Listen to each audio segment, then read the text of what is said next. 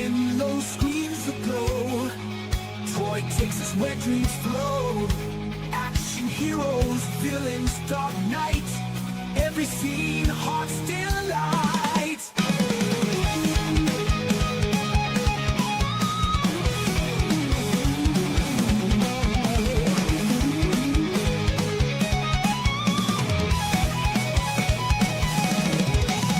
Geek myths, giants rise and fall.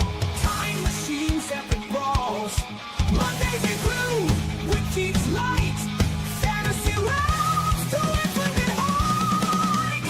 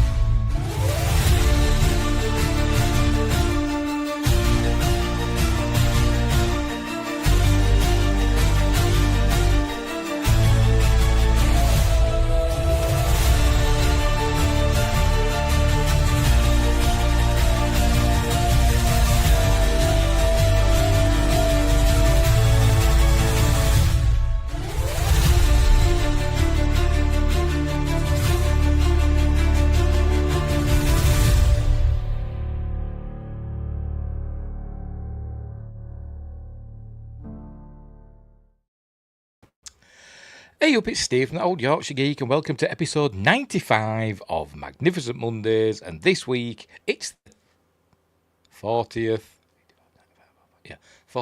anniversary of one of the best films ever made, one of those few films that people often regard as the perfect movie. It's Back to the Future. The first one, obviously, Back to the Future, starring Michael J. Fox and Christopher Lloyd and others. But that's what we're doing this week. But before we start, don't forget, like and subscribe. It's all down there in the green. Like and subscribe, share the videos, drop a comment, hit the notification bell if you're subscribed already. We're live on YouTube. We're live on Rumble. I'm just double checking. Yes, we are. And we're live on Twitch. Don't know why I keep doing Twitch. And all that stuff. And Windgrace is here saying, another obscure movie Monday. Yes, not many people have heard of this film. I'm going to pick one out. Next week, we're doing another famous one, but the week after, I'm going to pick one of my favourite films that no bugger's ever heard of. Just for Windgrace.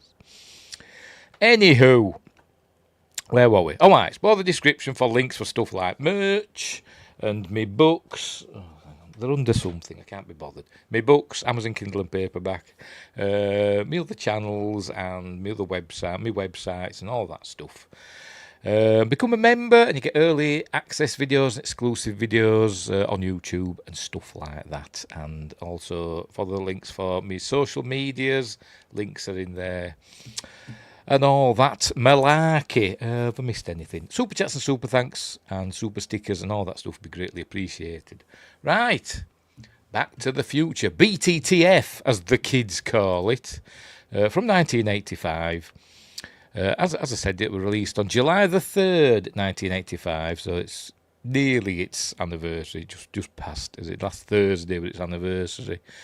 Directed by Robert Zemeckis, written by Robert Zemeckis and Bob Gale, the two Bobs. Lots of Bobs in this film, by the way. Produced by, Bob Gale again, sorry. Thought that were a different one. Starring Michael J. Fox, Christopher Lloyd, Leah Thompson, Crispin Glover, and a gaggle of other people. I'm blanking now on the names. Thomas F. Wilson, Mark McClure, Claudia Wells, who was only in this one, and a brief appearance from Huey Lewis. What else? An amazing orchestral score by Alan Silvestri. For cinematography by Dean Cundy, and it was one of the producers was Steven Spielberg. I think it says Steven Spielberg presents. So he had a hand in this. Its budget was $19 million at a box office of, we'll call it $390 million. So it did pretty well, didn't it? Did it win any Oscars or anything like that? Any awards? Let's have a look. Does it say? It doesn't actually say. Yeah? I'll go down to Legacy. I don't know if it was nominated for anything. It doesn't say. I will look it up. Surely it must have won something. Back to the Future. I'll just put Oscars.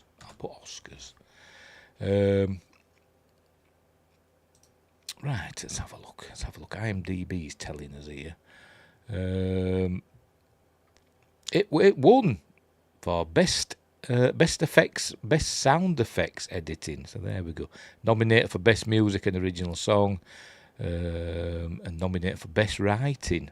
So there we go. Why didn't it say it on Wikipedia? Or did it? Oh, it did. It did. They just hid it away. They didn't put it in its own thing. Yeah, won an Academy Award. Yes, it did. Right. So is that all? It should have won for best writing at least. Anyway, what else about it? I've lost my place now. Where are we? Yeah. So that's it. Great film. They actually started writing it about 1980-ish. I watched the Blu-ray with the special features and stuff on audio commentaries and all that. And they did start writing it quite a long time before the movie came out. Around about 1980. They'd done a couple of films before, Bob Gale and Robert Zemeckis, Used Cars, and another one that I can't remember the name of. And then they started writing Back to the Future, and they were shopping it round, and nobody wanted to know about it. They'd done a bit of work with Steven Spielberg, and they decided they didn't want to get him behind it because they didn't want to be known as the people that only work because they're friends of Steven Spielberg. But then Robert Zemeckis did Romancing the Stone, which was a huge hit. So they decided to start shopping Back to the Future round again. And it was picked up by Universal. They went back to Steven Spielberg. Universal picked it up. And the rest is history. But famously, as it's Sid Sheinberg, the boss of Universal at the time, didn't like the title Back to the Future. He wanted to call it Spaceman from Pluto or something like that. But luckily, he didn't get his way. Right, so we'll get on with it, shall we? We'll just dive into the film. Obviously, we're not going to just watch the film because YouTube will go mental. We'll watch it in a series of stills. I try and remember any trivia about it that I can remember. I probably can't, but everybody knows everything about this film anyway. And we'll go through it that way, and I'll tell you what I think about the scenes as we develop the film. Right, so I shall get on with it. I shall full screen this baby and pop myself down into the corner. I'm sure I've forgotten something. You know what I'm like. Wingrace says, just like they wanted Wormhole Extreme to be called Going to Other Worlds. Is that true? I don't know. If you don't know, Wormhole Extreme is the TV version in universe of Stargate. Anywho. Right, so off we go. Let's add this to the screen and we shall begin. Martin said that in the episode, but he was overruled. All right, fair enough. I can't remember minutiae such as that. Right, we're off with my favourite Universal logo. I think it's going to be. Yes, it is. Why did they ever change it to that 3D CGI one? Just stick with this one. I think it looks amazing, and I always have. It's always been my favourite as that Universal logo. Now we begin. A Robert Zemeckis film, clock's ticking. I think we're getting a little bit. Are we getting any music now? Or I don't think we are yet, are we? I think the first one starts with diddly-doo, but I don't think we do now. I think it's all quiet. We just hear clocks ticking. Let me get the title. Look, Back to the Future. Back to the Future. That's what Sid Sheinberg had a problem with. He didn't understand the title. How could you go back to the future? Maybe if he read the script, that'd help, wouldn't it? Right, we begin. We're in Doc Brown's workshop or whatever, and we're going to see lots of clocks. And in the audio commentary, I think Bob Gale was saying the hell of a time getting all the clocks to be at the same time. Because obviously some clocks run faster, some run slower, and they have to keep checking them to make sure they're the right time. But there is one clock, which I did notice in the background, that is on the wrong time. So we'll go through. So there we go. See all the clocks. Look, they're all at the same time. 8:53, I think it says. And there is one in the back. There we go. One in the background. I think you can just see it over there. Look, that's at the wrong time, I think. Actually, no, it isn't, is it? It's a weird clock, isn't it? Sorry, 7:53, not 8:53. What is it? I don't know. No, it's a backwards clock, isn't it, that one? I don't know. Is that at the wrong time then? I don't know. I can't work it out. I wouldn't be able to do the Krypton factor. 10, 9, 8, 7. I don't know. Is that not a clock? Is it just a... I don't know what it is. That just put there to confuse the likes of me. Or is it some sort of gauge? Because there's another one there, isn't there? But anyway. This is Doc Brown's workshop or whatever. I think it's supposed to be in his garage in his house.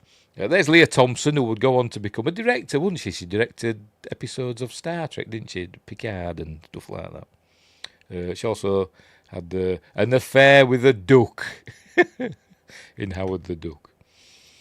Anyway. So, right, so we get some clues here about Doc Brown. Hang on, let's go back. There we go. Brown Mansion destroyed. Is there a year? I can't make it out. The year. It's a long time ago by the looks of it. My stupid eyes can't make that out. Anyway, there you go. Brown Mansion destroyed. Brown Estate sold to developers. So we learned that Doc Brown's obviously lost everything, hasn't he? He was a wealthy man who's lost everything. Squandered his family fortune on his scientific endeavours. He receives pictures that we're going to see later of Edison, Franklin, Einstein. He's got another one as well. Which one is it? Oh, he's got another one of Isaac Newton somewhere. But we're getting clues to what we're going to see later on in the film. There we see the camcorder there that we're going to see later. Here we see the coffee machine. The TV comes on. Everything switches on automatically. The TV comes on. Got a newsreader talking about a theft of plutonium. So that's going to be interesting. A toaster that's just going up and down for some weird reason. Apparently that took some doing as well for the special effects people. For timing and stuff. They were just like flipping it up and down. I suppose making sure the toast didn't fall out. And that's actually the smoke is not coming from the toast. I think it's coming from underneath. That's a separate effect.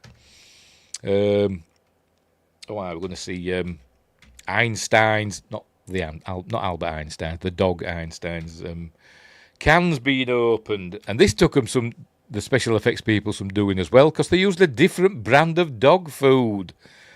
So they're doing all these tests, these brands of dog food to get the machine. The machine actually does work. You know, it brings them round and opens the can, and then it tips it over and plops out. They got it all working, and then they found out they couldn't use that brand of dog food because they couldn't get clearance for it, so they used something else. I don't know if this is a made-up brand. I don't know, but then they had to essentially faff about with it to get it to plop out like that.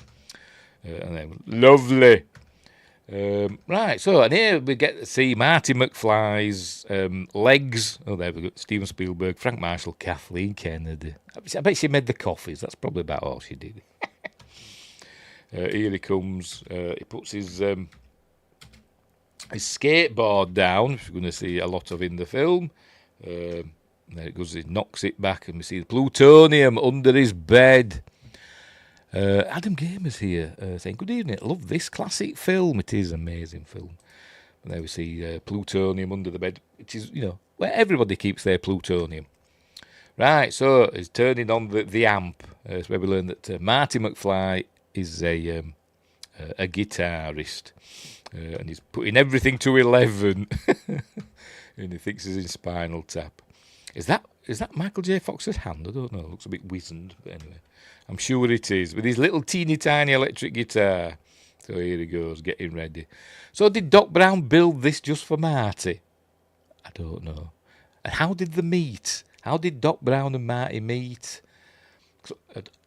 I don't know. It doesn't go into all this backstory. Why is this kid hanging around with this old scientist? I have no idea. Yes, 40 years of Back to the Future were its anniversary last Thursday. Anyway, so here we go. We see his bing, his pick or plectrum, and it all goes wrong. There we go. Boing. There we go. Down it gets thrown back. They did actually do that with Michael J. Fox, apparently. It is actually him that the blow back, that pull him back, don't they, on a rig. And apparently it is. But they said it were him. I don't know if it is. It could be. It might be. Is it? I don't know. Usually when they cover the faces up like that, it's a stuntman, isn't it? So I think they're fibbing. Would they risk it with Michael J. Fox? I don't know. But anyway, out he comes.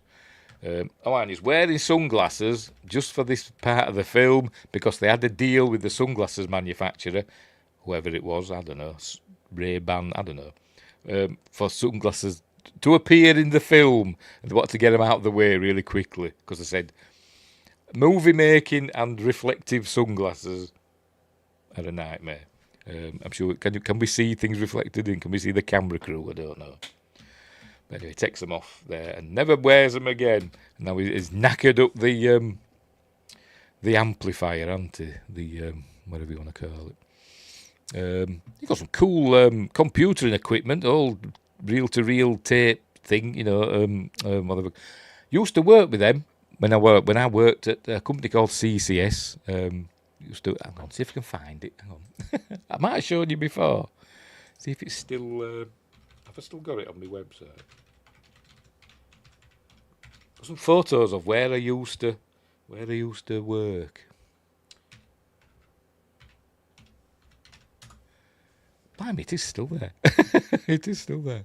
There we go. This is where I used to work. I shall drag this over, just for novelty's sake. Let me cover up my bookmarks. There we go. I shall just drag this over. This is where I used to work back in the day, back in the 80s. A place called CCS, a computer bureau, where we used to use all these. They had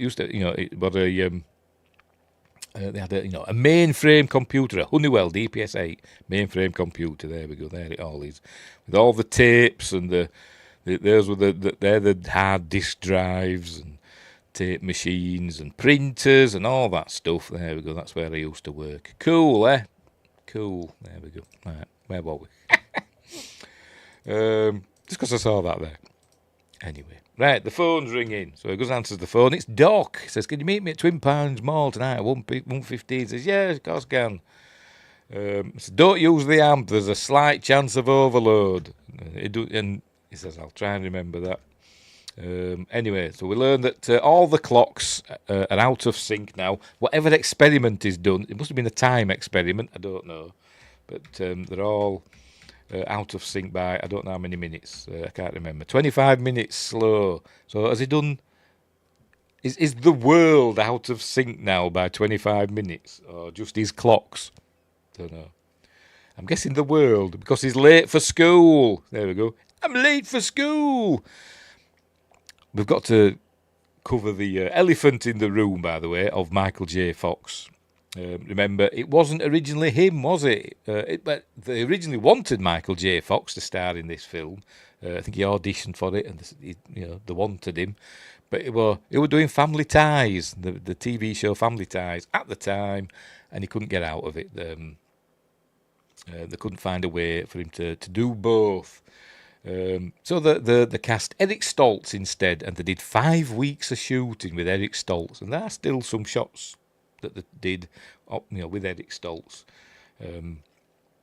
But it wasn't working. Although he's a fine actor, is Eric Stoltz, he would go on to bigger and better things. It didn't work with this film, so they let him go. I think the day that they let him go, the other one of the writers, I forgot his name, Neil Canton. The day that they let him go, Neil Canton's wife had a baby girl, so he got out of breaking the news to Eric Stoltz. So they let him go, and by that time, something had happened with Family Ties. I don't know what, but it was still doing Family Ties, but they worked out that he could come and do filming for him as long as it didn't interfere with his work on Family Ties. Family Ties had to come first. So essentially, Michael J. Fox, for a while he was doing Back to the Future, he was also doing Family Ties, and he was kind of working 24 hours a day for a while. So it took it out of him, apparently. He was really tired in some scenes. He was getting naps and all that stuff. But they got him anyway. And also, I think at the time, I forgot her name already. Where are we? Jennifer, what's her face? What the bloody call her? Claudia Wells. She was cast as Jennifer, but something came up and she couldn't do it. But by the time they'd done the Eric Stoltz scenes and then got rid of him, she was available again, so they got her back in, and they fired who they got to replace her, and they were quite sad about that, because they said it was not her fault. She was fine, but they just wanted Claudia Wells more, because the other girl were too tall. She was taller than Michael J. Fox by about 4 inches, and Claudia Wells about the same height. But anyway, so they got Claudia Wells back in. Anyway, he's late for school now, so off he goes on his here he is on his skateboard. And there's somewhere in California here, I can't remember where, but they had to get permission from Burger King to film here. Burger King gave them permission. They didn't give him any money, but they didn't charge him either. They said, yes, you can film outside our Burger King. There it is. And I can't remember where this is. I've got it in the does it say in the Westmoreland Place, Pasadena? Or is this? No, that's when he goes back in time. Come on, where is it? There we go. It's in Burbank. North Victory Boulevard, Burbank. Burger King in the opening credits, so that's where this is filmed. So this is a part of Hill Valley that we don't really see much of. But anyway, he's cadging a lift on the back of this pickup truck. Then we cut to the Universal backlot, which we've seen in loads of stuff. Here he is. We've seen it in Gremlins and Ghost Whisperer and other things. But anyway, and for we've seen going past this Texaco garage. We see that back in 1955, which it's also going to be a Texaco garage. And apparently Texaco sent the production designers loads of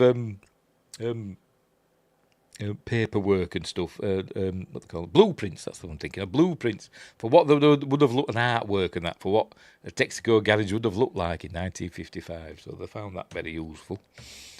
Anyway, so we've seen Hill Valley as it is in 1985. It's not the best town. There's a Statler Toyota, and this is a cinema that's been turned into a church.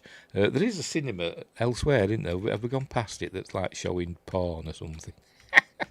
Have we seen it somewhere? Or is it? Oh, we've not seen it yet. I don't know. No, we haven't seen it yet, have we? Where are we going? Right. So anyway, so he's headed into school, into Hill Valley School. Where's this filmed? Hill Valley School. Let's have a look. Does it say?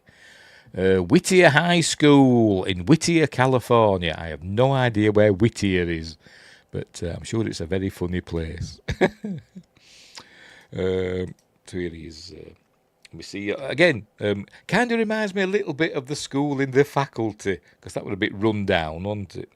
But this is showing it's the 80s. It's got graffiti on and all that stuff. Dangerous Bob, whoever he is. What else did it say? Can't read it. It's wondering any rude words. Anyway, so he gets to school, but then Jennifer comes running out saying Strickland's on the prowl and he'll get 4 tardy slips in a row. Never understood this thing with American schools, with these, you're not allowed in the corridor during class and all that stuff. People go around giving you tardy slips. Never happens here. Never happens. Well, I don't think it did. Didn't happen when I was at school. Anyway, so they're sneaking in. But Strickland comes in, played by the great James Tolkien. All of his characters in his films were all essentially the same, weren't they? They're either policemen or, like I say, people of authority, generally, weren't they? It was in Masters of the Universe as well, wasn't it? And loads of other stuff.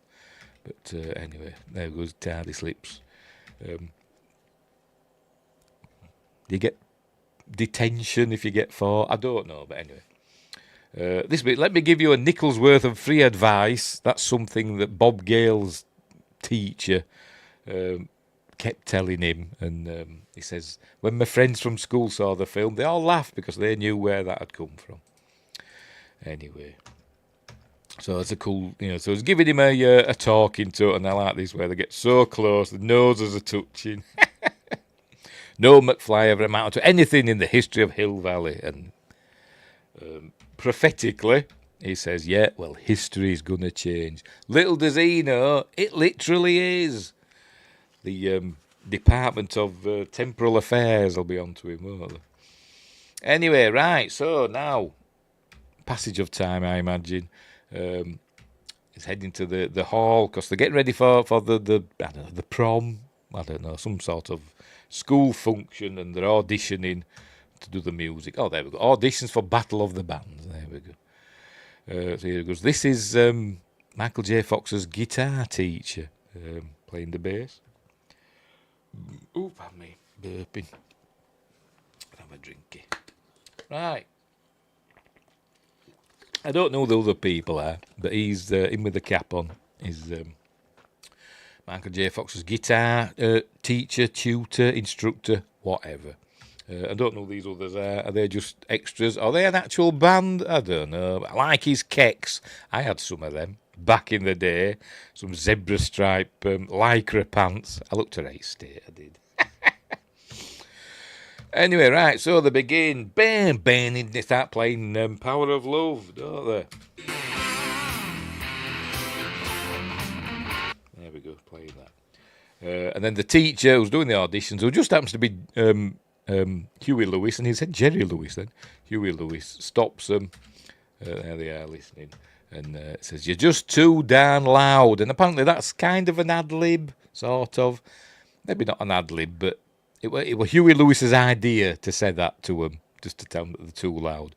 Because I think that had happened to Huey Lewis and his band at some point in the past. So there we go. So I can't imagine the other band that we just seen, in with the zebra skin pants. I can't imagine them being any quieter, can you? But anyway.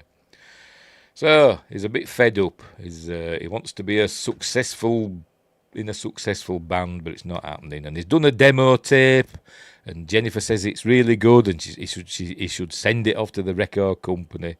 And they say, I can't, because they say I can't take that kind of rejection. He says, I'm sounding like my old man. Anyway, meanwhile in the background, Save the Clock Tower. We're going to see them in a minute. But and then he sees a truck from. I've missed it. There it is, from Statler Toyota. A Toyota. What do they call them now? Is it one of them indestructible ones? What do they call them now? Hilux. Is it a Hilux? Were they around in 1985? I don't know. The indestructible truck, as seen on Top Gear. If you've seen it, you know what I'm on about. Anyway, so here we go. She's, look, by the way, she's astonishingly gorgeous, don't you think, Claudia Wells? She blooming is.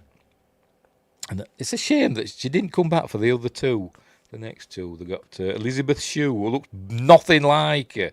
But anyway. By the way, if you look in the background, there's the clock tower in the background, by the way. It's now the Department of Social Services. I don't know what it was. What was it that in 1955? I can't remember. But you notice all this is all nice and, there's no damage to it. That's what I'm trying to say. But something happens at the end of the film. It gets damaged, and then we see it damaged in the future that he returns to. Anyway, so we learn that they're going to the lake. He and Jennifer for some canoodling and all that stuff for the weekend because it's Friday. So that's what they're going to do. And I think they're about to kiss, and then she arrives. Save the clock tower. They're raising funds to save the clock tower. And so we get a bit of exposition. There we go. Mayor Wilson is sponsoring Goldie Wilson, who we're going to meet as a younger man later. They're going to replace that clock and have it fixed. But it was struck by lightning in 1955, and it's never not run since. So it's saying the time that that is pivotal for the film. By the way, these big cats on the side of the clock, and they actually found them in the actual Universal prop department. They were from the film The Cat People. Was that a Natasha Kinski one? Is that Natasha Kinski? I've not seen it. I think I've seen the original one with that Val Luton from the 40s. I've not seen the remake. Anyway, so he gives her a nickel or a dime or whatever. He takes something, doesn't he? A quarter. Gives her a quarter. So take a flyer. This is super important as well for the film. Look at all the information that Doc Brown of 1955 needs is on this flyer. Look at it. He doesn't just chuck it in the bin. He saves it. Puts it in his pocket. Anyway, her dad arrives and off she goes. She's going to be at her grandma's. So she gives the number. She writes that on the flyer. He's looking at her thinking, how the hell did I end up with a girlfriend as hot as this? Gives her a kiss. And is this the only time they kiss in the film? It might be. They actually, in the commentary, they actually said they never kiss in this film, but they are doing here, aren't they? They are kissing up. There we go. Anyway, there we go. There's the other cinema we're talking about with the Rudy things. So they had one cinema that's become a church, and then whatever this was has become a porn cinema. Orgy American style and whatever, I can't read it. Right. So anyway, off he goes. He goes home now. We see him around home at Lion Estates. There we go, all graffitied up. And we noticed his dad's car's being towed. So, is this where if you were here watching when I did Uncle Sam on Friday, is this the house I'm talking about? That door is the same as that were in the Uncle Sam film, that design of door. I was saying this house looks familiar in Uncle Sam. I don't think it is the same house, but you never know. You never know. Anyway, so this is where we're going to get introduced to Crispin Glover as George McFly, Marty's dad, and Biff Tannen, played by Thomas F. Wilson. Apparently he's a really, really nice fella. Justin's here. Hello, Justin. Hello, everyone. Hope everybody's well. Hope you're well too. Hope everybody had a happy and safe 4th of July weekend. And all that stuff. I know there's big tragedies, aren't there, in Texas and all that with the floods. But terrible news. But anyway, so he's borrowed George's car. It's where we learn that George McFly, his dad, is a bit of a wimp and doesn't like confrontations. Bit like me. Do anything to get out of a confrontation. So he's lent him his car and he's crashed it and he's trying to, avoid blame because he's a bully. He's a bully, he's Biff Tannen. We all know that. He's spilt his beer on himself. Anyway, And he also gets George McFly to do his work for him, his reports. So, anyway.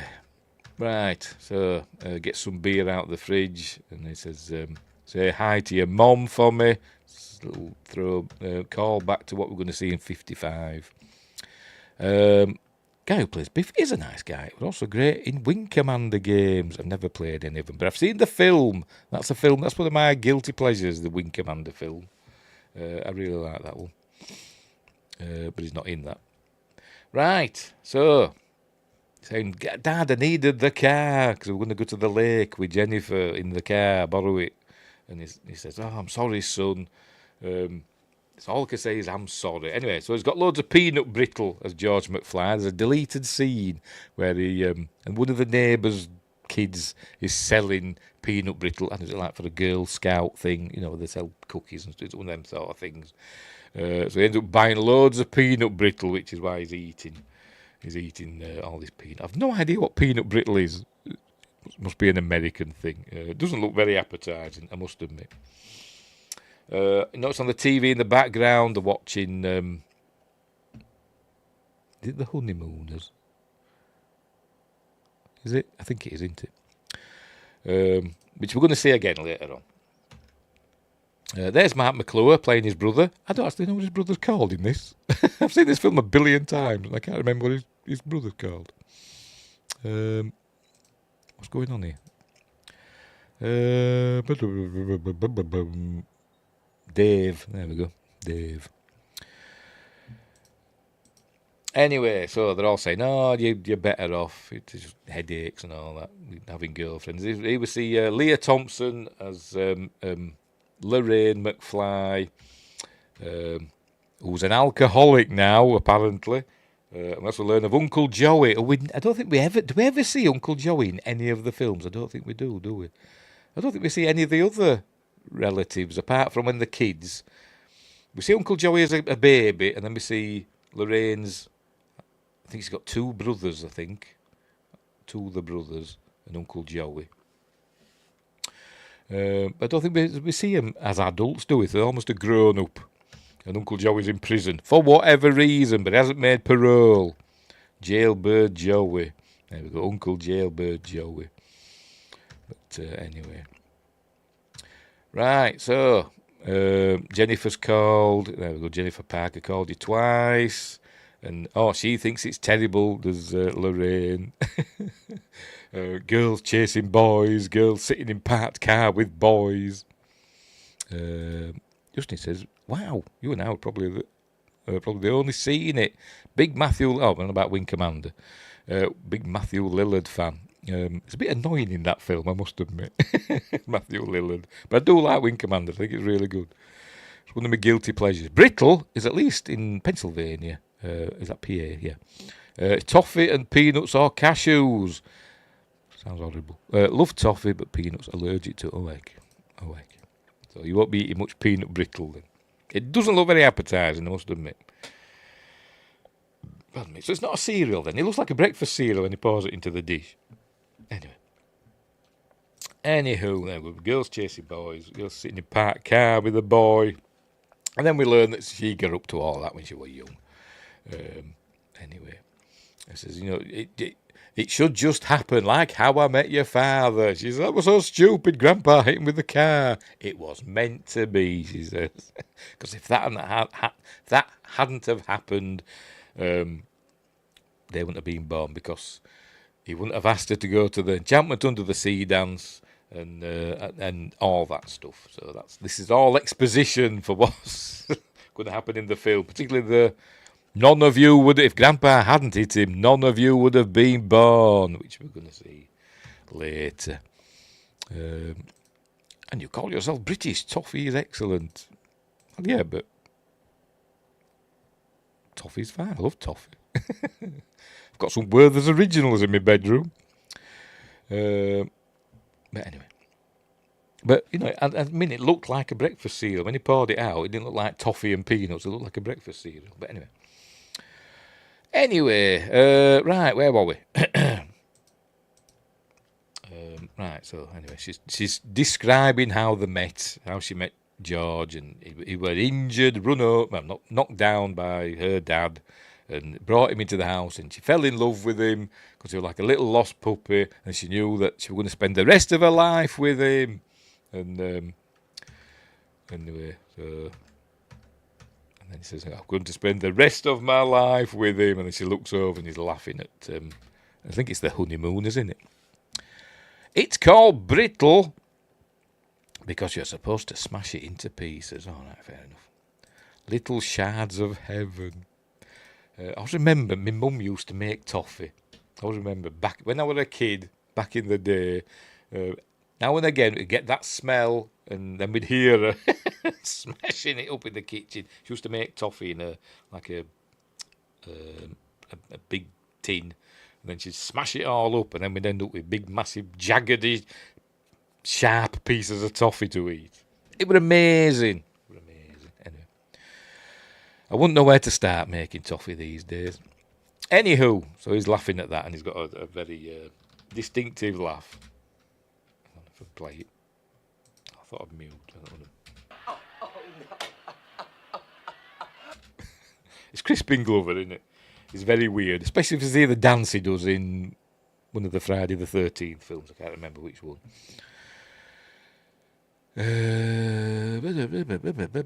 Justin says, everything is better with toffee. It's like bacon. Everything is better. But not toffee. Bacon toffee, I don't think. But that's exactly what peanut butter is, just with peanuts in it. Fair enough. I'm just talking about the box looked like a cereal box. Look like when he poured it into the dish, it looked like cereal, didn't it? That's all I'm saying. And Quest is here. It's Calvin Klein, it says on your underwear. Yes, we haven't got to that bit yet. We haven't got to that bit. Anyway, right, so cut to 12:27. I'm hoping Doc Brown hasn't been doing any more experiments with time, making Marty late, but he's asleep in his clothes. The phone rings, it's Doc. You come in? Yes, I'm on my way. So here he is, goes everywhere on his skateboard. So he's at the Twin Pines Mall. Hang on, let's go past the sign. There we go, the Twin Pines Mall. Remember that for the end of the film. Justin says, oh, bacon toffee, yes. It's probably right nice. It's probably lovely. I've had bacon and banana sandwiches, which is surprisingly nice. So bacon toffee, fair enough. But that would be good, like candy bacon. That's something a Homer Simpson would say, isn't it?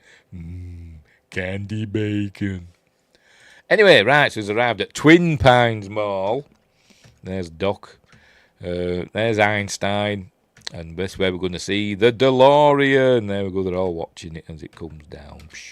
Out of time. I've got that that number plate. It's on my wall over there. I've got a Star Trek one, an NCC 1701 license plate, and I've got an Out of Time license plate as well. I got it for Christmas. I can't remember who got me it. It was either my mate Simon and his family, or my brother. I can't remember which. Anyway, I hear they are demolishing the mall. I don't know. I think they might have done it a while ago. I don't know, but I could be wrong. Boffy. Boffy. Bacon toffee. We'll have to copyright that. Anyway, here comes the DeLorean. Originally, it was going to be a fridge. They were going to travel through time in a fridge. But they decided against that. They tried some other, I can't remember what else they thought of, but they ended up doing the car. And thankfully, they used the DeLorean. Were DeLoreans still a thing back there? They've gone down, gone bankrupt by then. I can't remember, but they managed to get a few DeLoreans anyway. So we learned this is the time machine that they're going to use, and he's demonstrating now. There we go. Einstein's got this watch round his neck. It's in precise synchronization, because as we watch, we see that they are. There we go. They both changed time at exactly the same time. And they said, that were a nightmare. Because remember, this is the days before CG. They're just CG in. The time changing, wouldn't they? But they had to get two watches that changed at the exact same time. And they said, it was a nightmare. Get him to do it just at the right time. I don't know how many takes it took. I don't know. But anyway, see the precise synchronization. So off goes Einstein. Because it's not only it's a time machine DeLorean, it's a remote-controlled time machine DeLorean. So there he goes driving off. There you see Einstein sitting there. I said, that's not Einstein. That's the driver of the car, the stunt driver, in a dog suit. It is, you can tell. Look, it's a man in a dog suit driving the car. Bless him. But anyway. Right, so they're getting ready now. Obviously, Marty doesn't really know what's going on. When this baby hits 88 miles per hour, you're going to see some serious poo. So off he goes. Right. I don't know how that works. It's not going anywhere, is the car. The wheels are just spinning, but we see the speedo is going up to 54, but it's not actually moving yet. But anyway, whatever. So off it goes. Marty tries moving out of the way, and here we go. And where is it? Pressing the wrong button. There we go. There we go. It starts. There we go. Cool. Goes, travels through time. Oh, the car explodes, Marty thinks. There we go. Why aren't they burning? I've always wondered that when I've seen this. Is it because it's time flames and they're not hot? Puente Hills Mall has not yet been... All right, fair enough. I thought I'd seen somewhere that it had been demolished a few years ago. Or I might be thinking of a different film. Probably am. But why aren't they burning? I don't know. But you're like, oh, flames. But it doesn't seem to bother them. It says, oh, you've killed Einstein. You've blown him up or whatever. And he says, no, they're perfectly fine. Become the world's first time traveller. I've sent him into the future. 1 minute into the future, to be exact. Then he says, what, you made a time machine out of a DeLorean? And then it starts going into, yes, well, the stainless steel construction makes, and all that stuff. And... But then his watch beeps, and then it pushes Marty out of the way because he's going to reappear. There we go. And the car reappears, and thankfully just stops. So when is that automatic? I don't know, but it comes to a skidding halt. Thankfully, it didn't just carry on, just smash, just crash. But anyway, and it's also covered in ice. It isn't covered in ice. Hang on, where are we? It isn't covered in ice there. Look, perfectly fine there, look. But then when he goes up to it, loads of ice over it now. There you go. That wasn't there before, but it is now. But it's never covered in ice again, for some weird reason. Quest says they say it'll be a few years before they demolish it. Oh, right, fair enough. I thought I'd seen somewhere. I'm obviously thinking of another mall that we used in a film. I'm probably thinking of Day of the Dead or something like that. Not Day of the Dead, Dawn of the Dead. I don't bloody know. I don't know. Anyway, right, so it goes over to it. It's cold, but it's never cold again. Just this one time. Obviously, if you just travel a minute into the future, it makes it really cold. If you travel 30 years into the past, it's fine.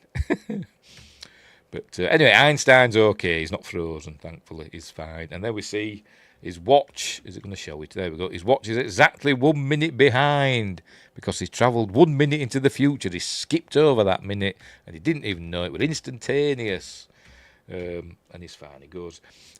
Einstein goes into the van, the truck, and puts on some clothes. Because next time we see him, he's got some clothes on. Did the doc do it? I don't know. But anyway.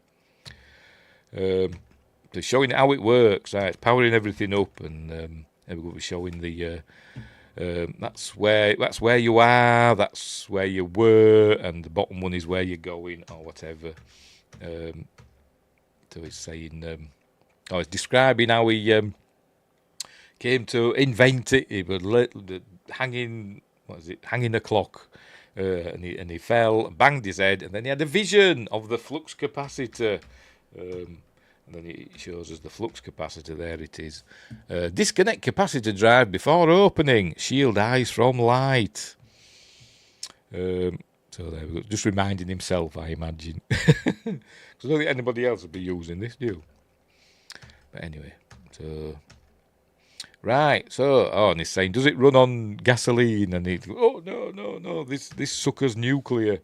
It runs on plutonium. So then, this is where we learned that he got the plutonium from some Libyan nationalist. They wanted him to make a bomb, but he gave him a shoddy bomb casing filled with used pinball machine parts. Anyway, so there we go. So now, see, they've used all the plutonium to make up these pellets that power the car. So there he puts one in. Thankfully, he puts one in. If he hadn't put it in, the rest of the film wouldn't have happened, would it? But he puts this one in. Apparently, this is the similar thing that were told, in the commentary. They say the production designer talked to like nuclear scientists. Excuse me, and they told them, what the move nuclear materials around in. Don't know if it's red or not. I don't know, but it's a similar sort of thing. Apparently, probably not.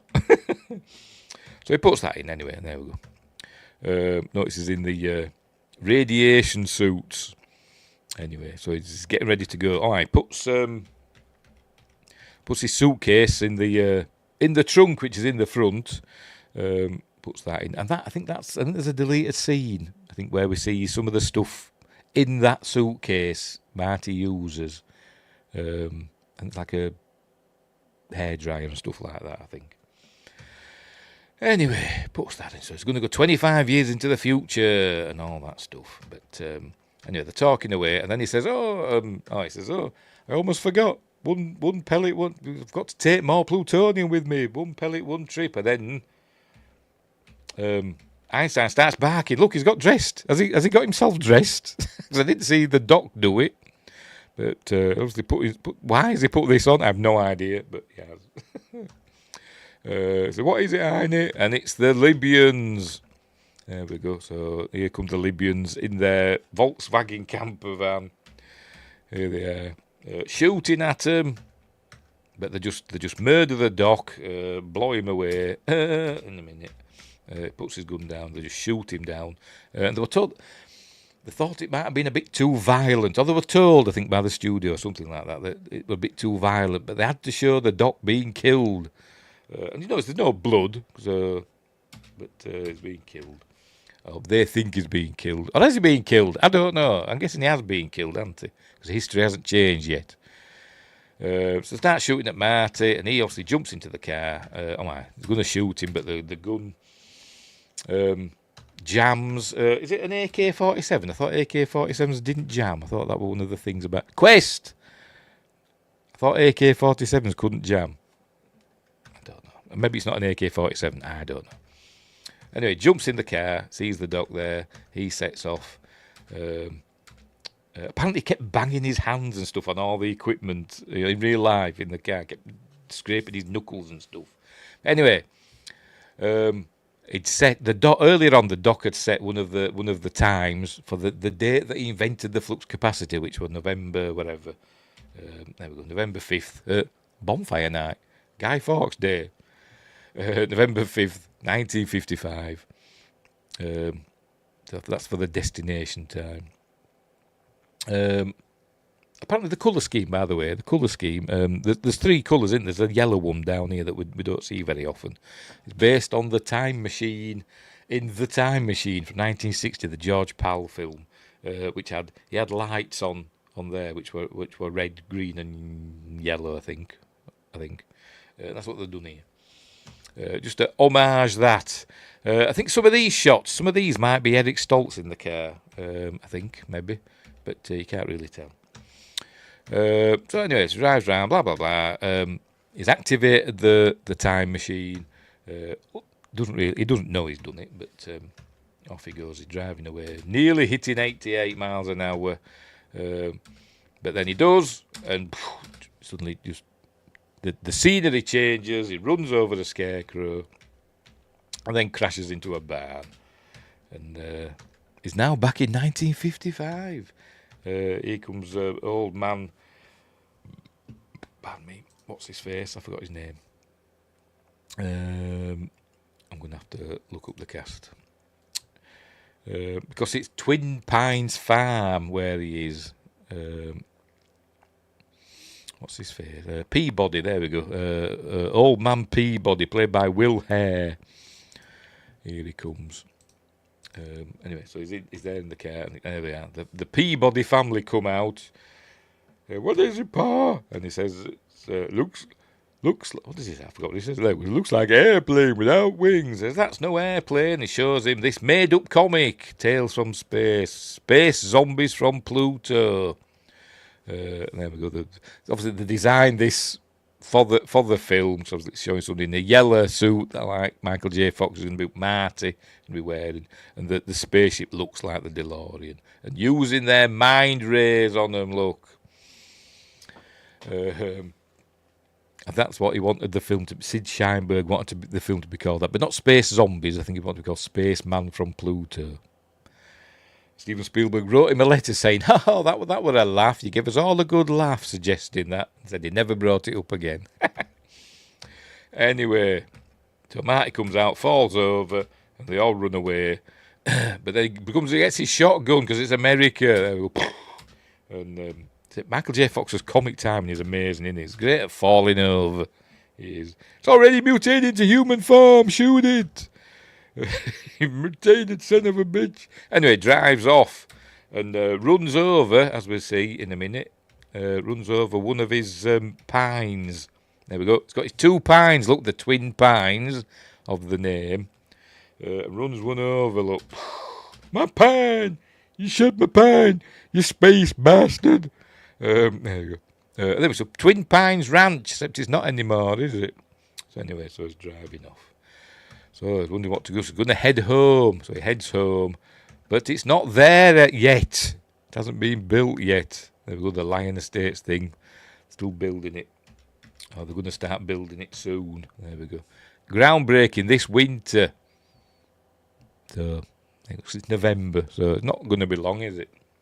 Going to be building that estate there. Where was this filmed? This was filmed somewhere out in the... where are we? Marty arriving in 1955. So the Peabody Ranch was on Walt Disney's Golden Oak Ranch. There, you know, on in Newhall, California. Excuse me.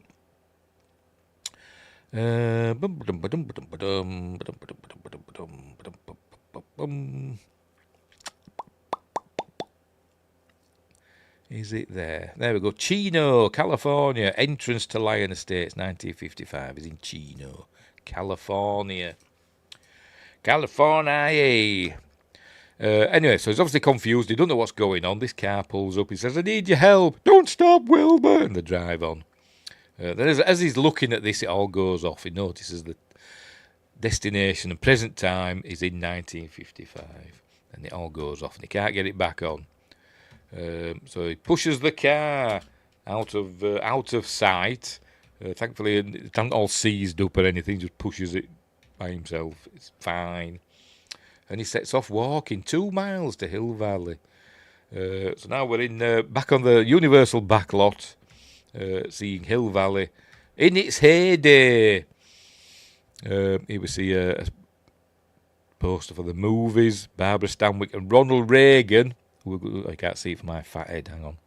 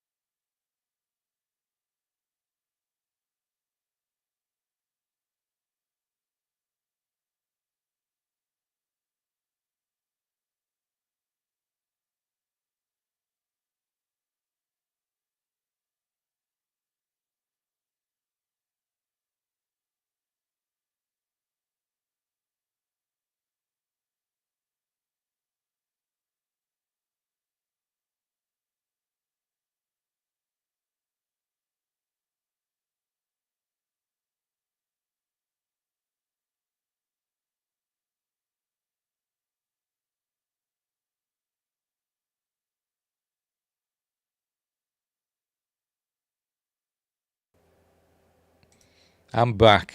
Can you hear me? Stupid. You press stop camera and it literally stops the camera because it's stupid. Can you hear me now?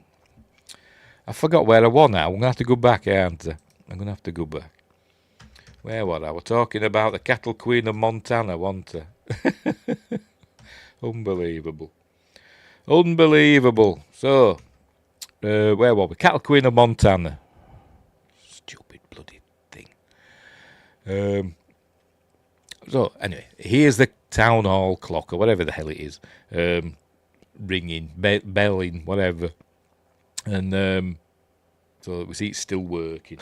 And then there we go.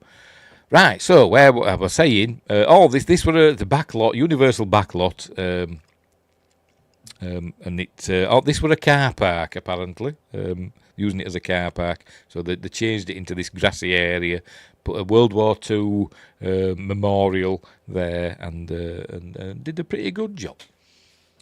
They did think about, finding a town that they could dress up as 1955 somewhere, but they thought it'd be too much work essentially, bringing all in the period cars, period clothes. Thought, well, just do it on the studio backlot. Everything's there already. But anyway, right. So there we see that's working. Welcome to Hill Valley. With Mayor Red Thomas, there's an election going on. Mayor Red Thomas is wanting to be re-elected. What's he looking at here now? He's looking at the date. Yes, it's November the 5th, 1955, Saturday. That's the only reason, by the way, that they chose November 5th, 1955, because it were on a Saturday and it fitted. But that's why they picked that date. Right, he notices a phone, so he goes over to this coffee bar, whatever. I think this in 85, that's a aerobic studio, isn't it? So off he goes, he comes in. They keep telling him what's with the life preserver, because he's got his what do they call him now? Thingy jacket. Anyway, whatever. So he goes, looks for the phone. He's looking up Doc Brown. There we go. Doc Brown, Emma L. Scientist. Does it tell you what you are in the American phone books? Don't know. It does for Doc Brown. But there we go. So he gets the address. Tries to phone him, but there's no answer. But he just rips out the there we go. Just rips out the page and doesn't care. He's just reading it in front of the fellow that owns the no, at least works there. It says, "Can you tell me where for 1640 Riverside?" He says, "You're going to order something." He says, "Yeah, give me a tab." I think, referring to the popular 80s sugar-free drink. He says, "No, if you got a tab, you got to buy something. Give me a Pepsi free." Says, "You want something, you're going to pay for it." Anyway, just give me something without any sugar in, so he gives him a coffee. I think they're out of his pockets, but I can't see from that. I'm not getting rid of me because it'll go off again. On the counter there, there's his guitar pick and a couple of coins. So I don't know if he's got enough money there for his coffee. But anyway, here comes Biff Tannen.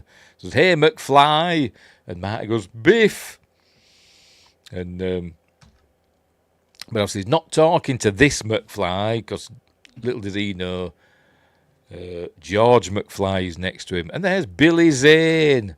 I think this is his first film. I think this is Billy Zane's first film. Well, there we go. So we see that he's been bullying George McFly for 30 years at least. So it's exactly the same, getting George McFly to do his homework and all that stuff, and bullying him and being horrible and all that stuff. And then they said to him, "You're George McFly." And then Goldie Wilson comes along, who's going to be mayor, and says, "You shouldn't let people push you around like that. Stand up, be proud of yourself," and all that. "Do you think I'm going to stay here forever?" He says, "No, you're going to be mayor." I think he'd heard somebody call him Goldie, so he probably just assumed he's Goldie Wilson. Or maybe he recognises him, I don't know. But anyway, called Goldie, by the way, because he's got a gold tooth. It shows us in a minute. There we go, he's got a gold tooth. So he's saying, "Yeah, I will be mayor." Mayor Goldie Wilson. Anyway, I really like this bit. I don't know, it just makes me laugh. It just makes me laugh, this bit where he's going to drink his coffee. He just puts it down, notices George is gone, and then he's ringing his bell as he goes round the corner to let us know that he's riding his bike. So he goes out and goes, "Hey, George, Dad, hey, you on the bike." So he goes chasing after him. This is where we learn that George McFly's a peeping Tom. He's watching this girl getting undressed. So he's, "This is a peeping Tom." Anyway, falls out of the tree, and Marty pushes him out of the way. There we go. And Marty gets hit by the car and bangs his head in a sound effect. Gets knocked out. "Hey, Stella, another one." How many kids has he knocked over? By the way, George McFly, Scarpers. There he is there, look, running away. "Another one of these damn kids jumped in front of my car." So, is he always running people over? I guess so. Anyway, so they take him inside, and he comes to sometime later that evening, and he thinks it's all been a bad dream, but then says 1950 because his mother says back in good old 1955. It's 1955, and so he meets his mother, Lorraine Baines. "Because you're so thin." But anyway, so she's undressed him and put him in her bed, weirdly. But anyway, so she's obviously fallen for him. But obviously uncomfortable for Marty. Anyway, so she takes him down. They're going to have dinner. This is Lorraine's mother, Stella. She named after Stella from Streetcar Named Desire. Don't know. Anyway, so that's it. These are all the. She's got a sister as well. So I don't know what happened to all these, but little Playpen. Playpen is little baby Joey. It's one of the best jokes, I think, in the film. "Better get used to these bars, kid." There you go. Anyway, and she's expecting another by the look. So big family. Right. So there we go. Sam brings the TV in. They're all excited because they've just got their first TV, and they're going to watch Jackie Gleason while they eat. So there we go. And he says, "We've got 2 TVs. Oh, you must be rich. Nobody's got 2 TVs. And then he does the old, "This is the classic. It's where Ralph gets dressed up as a man from space." He says, "What do you mean classic? It's brand new." "I must have seen it in a rerun." "What's a rerun?" Apparently in Italy, there's no such word, no Italian word for rerun, apparently. Because I think in 1985, on state TV in Italy, they didn't do reruns. So there's no Italian word for it. So that they use another word. I can't remember what word they used. I think that I've seen it on. I can't remember what he said. It's always on something else. I can't remember what it was now. To think of something else for him to say in Italian. Excuse me. And I can't remember what it was. Anyway. I think they said in the commentary that they said I'd seen it on tape. But that still wouldn't make sense for 1955, would it? But anyway. By the way, I've seen her in loads of stuff and I can't think what off the top of my head. Oh, she's in Gremlins, isn't she? Obviously, yes, she's Gremlins. She's Billy's mother in Gremlins. So there we go. And Sam Baines, seen him in Close Encounters of the Third Kind. He played one of the military fellas in that meeting that they had where says, "This is a UFO." Is one of them.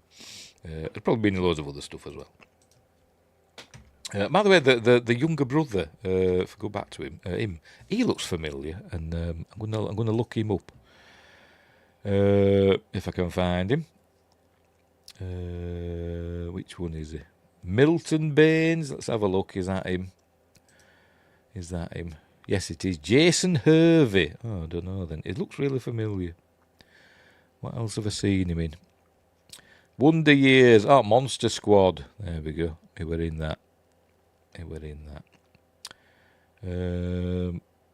He's done a bit of wrestling as well, TNA and WCW. He hasn't done a lot, has he? Did he retire for a long time? There's a big gaps in his resume. Yeah. Anyway, whatever. Where have I put it? Right, there we go. He was the brother in Wonder Years, says Whedon Grace. Yes. Anywho, right. Where were we? So anyway, he goes now. He says, "I've got to go," because she squeezes his leg. He can stay in my room. So I've got to go. Thanks for everything. See you all later, much later. And he says, "He's an idiot." Well, me. Anyway, so Marty heads out to 1640, whatever, where Doc Brown lives. It's not the mansion though, is it? Not the Brown Mansion, or is it? Is that the Brown Mansion? It could be, couldn't it? Because it's called the I forgot what they call it already. The Gamble House in Pasadena. That's what it's called. And they filmed some stuff. I think the exteriors are filmed at the Gamble House. I think the interiors are filmed somewhere else. Yeah, the Blacker House, R.R. Blacker House. Filmed the interiors with, and one of them, I can't remember which one. Either this or or maybe both. No, it's one of them. They're to go back to do some other. I think after, because of the Eric Stoltz stuff, when they're to go back and refilm some scenes. Either the interiors or the exteriors. I can't remember. The woman that owned it had put it up for sale, or she just sold it. And she said, "Get your stuff done before, the new people are ready to move in." But anyway, so here he comes. Knocks on the door. The door opens, and it ignores him. We hear loads of noise of equipment and stuff. Anyway, right. So he opens the door, drags him in. There's this isn't Einstein. There we go. This is. Can't remember what this one's called. It tells in a minute. Does it tell us what this dog's called? It does at some point. It's not Einstein, obviously, because Einstein's not a 30-year-old dog, is it? Anyway, so he's got an experiment going, a mind-reading experiment. There we go, sticks that on his head. And he thinks you're here for the auxiliary or whatever. I can't remember. What does he say? Where are we? The Coast Guard Youth Auxiliary. Says no. Says I'm here. I'm in a time machine. I came back in time, and time machine that you invented. And obviously, he doesn't believe him. But as luck would have it, it is drawn out the flux capacitor. Say because he's banged his head after hanging the toilet. Tries to show him some. Proof, so his driving license, and then a photo. There we go. That's of 1984, and he looks at the picture. And this is where we get his first clue that something's going on. They go, pretty mediocre photographic fakery. They cut off your brother's hair. That's where we see his brother starting to disappear. Bob Gale says, "Would that, obviously, that probably wouldn't happen in real life." Why we just decided to do it as though it's disappearing gradually, because if you just travel back in time, change history, they'd just disappear altogether, wouldn't they? But so we've got to have this. It's like a ticking clock, I suppose, isn't it? The photograph is slowly changing over time, so it's already started. So anyway. Can non-time travellers see the fading photos? I have no idea. I don't know. The temporal mechanics gives me a headache. He says, if you're from the future, who's the president in 1985? And it was Ronald Reagan. He's the actor. Who's vice president? Jerry Lewis. I suppose Jane Wyman's the first lady. Anyway, and Jack Benny's the secretary to the Treasury. Blah blah blah. Obviously, he doesn't believe him. But it describes to him, he says, the bruise on your head and all that happened. You were hanging a clock and you fell and banged your head, and then you had a vision. You designed the flux capacitor, blah, blah, blah. So that convinces him. There we go. He comes back out, and they go to the DeLorean. He drives him out. There we go. And so I was amazed. I've invented something that actually works. So they take it back to his lab and all the stuff as well. Somehow they hook up the camcorder to an old 1950s TV. I'm guessing the connections have not changed in 30 years. Probably haven't, to be honest. But anyway, he says, I look great. He's saying in 30 years. At least I've still got all my hair. By the way, they wondered what they're going to make Doc Brown look like. And I think there some screen tests and stuff. He had like black hair and all that. And I think it was Christopher Lloyd that said, it's a no-brainer. He's got to look like Einstein, hasn't he? So that's what they went with. White hair. All sticking out. Bit like mine. Not that I'm like Einstein. Anyway, so he says, why am I wearing that suit? So it's a radiation suit. He said, of course, all the fallout from the nuclear wars, atomic wars, or whatever it says. Yeah. He said, what? Anyway, so that's where describing the how it works, and he does the this sucker's electrical, but need a nuclear reaction to generate the 1.21. And in this film, they said gigawatts. Obviously, it's pronounced gigawatts, but apparently they didn't know what a gigawatt was. They went to like a nuclear physicist or something like that, and they said he pronounced it gigawatt. And then later, and that's how they wrote it in the script with a J and everything. Gigawatt. Because they didn't know what it was. So everybody else just said gigawatt. And then they learned later it's actually a gigawatt. But whatever. So 1.21 gigawatts. I said, what the hell's a gigawatt? So look, all we need is a little plutonium. I said, yes, pure plutonium. They always used to say that, didn't they, old days? When I was a kid. In the future, you'd be able to get nuclear stuff from every corner shop. I'm sure, plutonium's available from every corner drugstore. But anyway, this is where he shows him the flyer that he's still got from earlier on, and he says, 1.21 gigawatts. The only thing that can generate 1.21 gigawatts is a bolt of lightning, and I just love the way he says it, don't I? Lightning. What did you say? A bolt of lightning. A bolt of lightning. So that's where he realises that we know when there's going to be a bolt of lightning, because he says, nobody can ever predict when or where a bolt of lightning is ever going to strike. He says, well, we do now. So luckily he's got this flyer that tells him everything he needs to know. They've got 10:04 p.m. Lightning's going to strike the clock tower. So they've got to find a way to channel that power into the flux capacitor and capacitor, harness that energy. There's his pictures up on the wall. There we've got Isaac Newton, Benjamin Franklin, Thomas Edison, and Albert Einstein. His heroes. Sam Carter said, hold my beer. All they need is a Stargate, don't they? And a solar flare. And then they can go to any time they want. So that's what they're going to do, right? So spend a week in 1955, and he says, "No, you can't interact with anybody. Any interactions could have terrible consequences for the future." And then they look at the picture. Now we see his whole head's gone. His brother Dave. So they're slowly being erased from history. Why not? Why wouldn't they be erased instantly? I don't know, but as I said, this is the ticking clock for him, isn't it? Slowly being erased.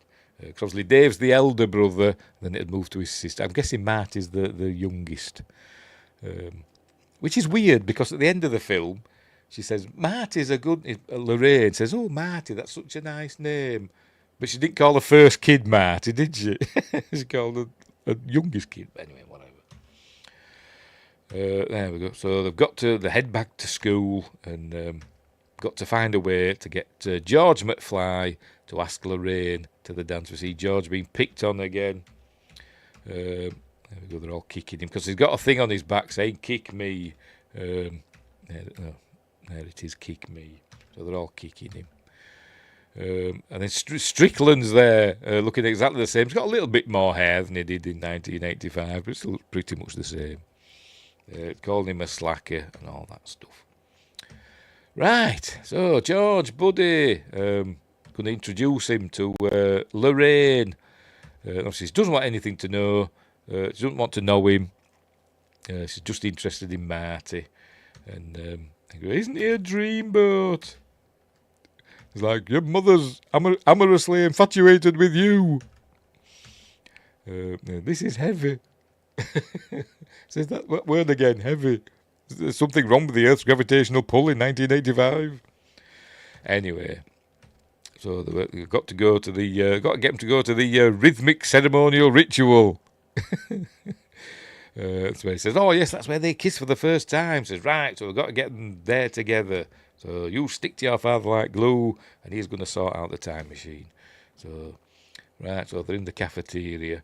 George is writing science fiction stories about beings coming from outer space. He says, get out of town. I didn't know you did anything creative. Says, let me read. Oh, no, don't let anybody read my stories. What if they told me they were no good? I don't think I could take that kind of rejection. You know, the words that Marty would say later. But anyway, he says, remember Lorraine? She really likes you. I think she wants to, you to ask her to go to the Enchantment Under the Sea dance. And he says, I think somebody else would rather go with her. He says, oh, Biff. Hang on in a minute after all this.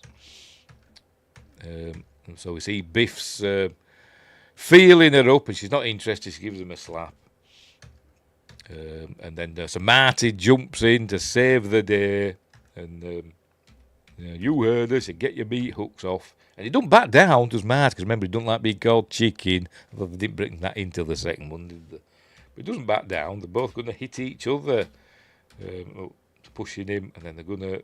It doesn't back down. They're both like that. So there's a scrapper, innit? He's young Marty. But obviously Strickland's there, so they don't fight. I'm going to cut you a break today. Now make like a tree and get out of here. They don't explain that till the second film, do they? But anyway. Right, so he's following George. He says, stop following me. But, Lorraine really likes you. She wants you to go to the dance with you. No, I'm not going. Nothing on this earth is going to make me change my mind. So that's when he has an idea. I think he's looking at the photo again. His brother's nearly all gone now. Just his legs left. Looks like he's spontaneously combusted. Anyway, so we're in. I think we're in George's. Yes, we're in George's bedroom now. At 1:20 a.m. And Marty comes in, puts some headphones on George. There must be a heavy sleeper. Puts some headphones on him. Puts in a cassette that says Edward Van Halen. Apparently they couldn't get permission just to use the name Van Halen for whatever reason. But Eddie Van Halen himself gave them permission to use his name, but they couldn't use the band name, even though the band name is Eddie Van Halen's name. So that's why it says Edward Van Halen. It's weird, isn't it?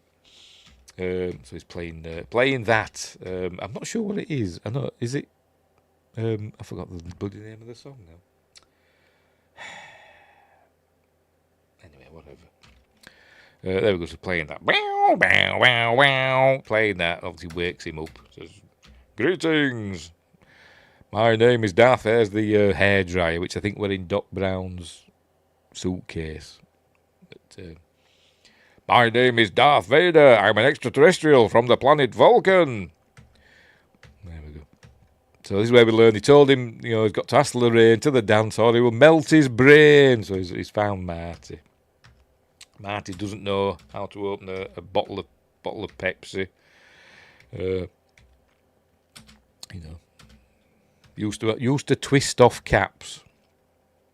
Anyway, so there they go up to her and says, tell her she's your destiny and all that stuff. Most beautiful girl you've ever seen. He's writing it all down and he goes up to her and it's all kind of romantic.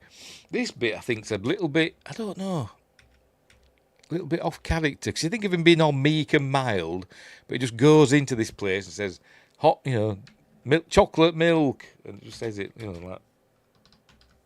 Lou, give me a milk. Chocolate. Then he slides it up to it. I don't know, it kind of seemed a bit out of place to me, but anyway, never mind. So he drinks that, and then he goes and starts asking her out, and you can see she kind of likes him, says, "You're my density and my destiny." She goes, "Ah," but then Biff comes in and starts his trouble, so Marty intervenes, and punches him and runs out, which obviously just makes, Lorraine fall even more in love with Marty. So now we get the skateboard scene.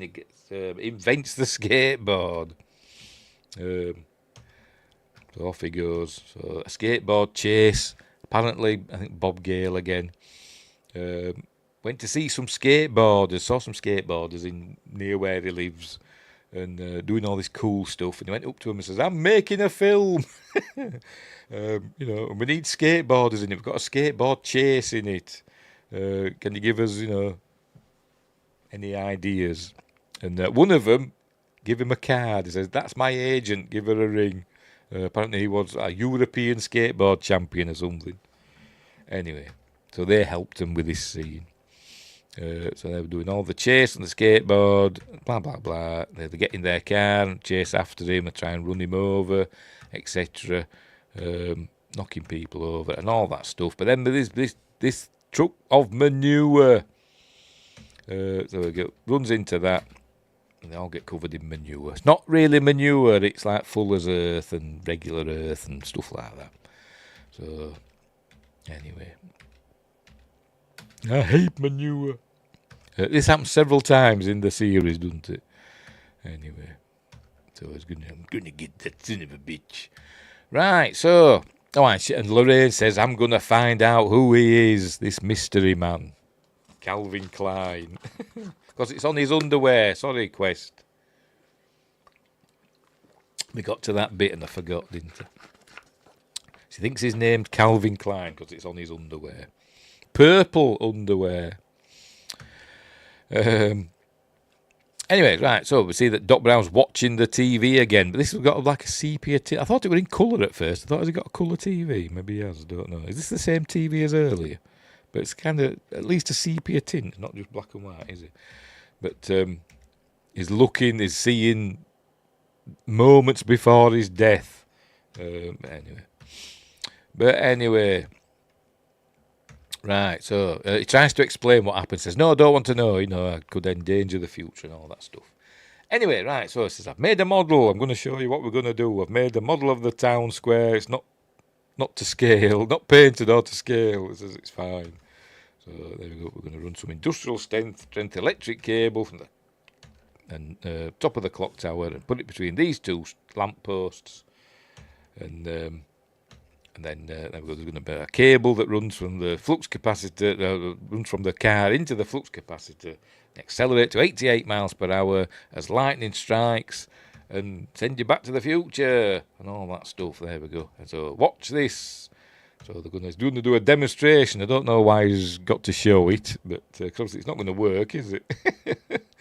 But anyway, off they go, and obviously it all goes wrong, and everything sets on fire, and the car's on fire, and it sets fire to some rags that are just there.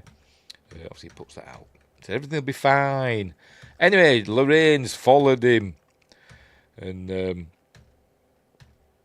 just come over to ask if he'd ask her to go to the Enchantment Under the Sea dance. He says, "Oh, Aunt George asked you." "Oh, well, he's cute and all, but he's not you, Calvin." And for some reason, the doc leans against the car like this for some weird reason. I don't know why.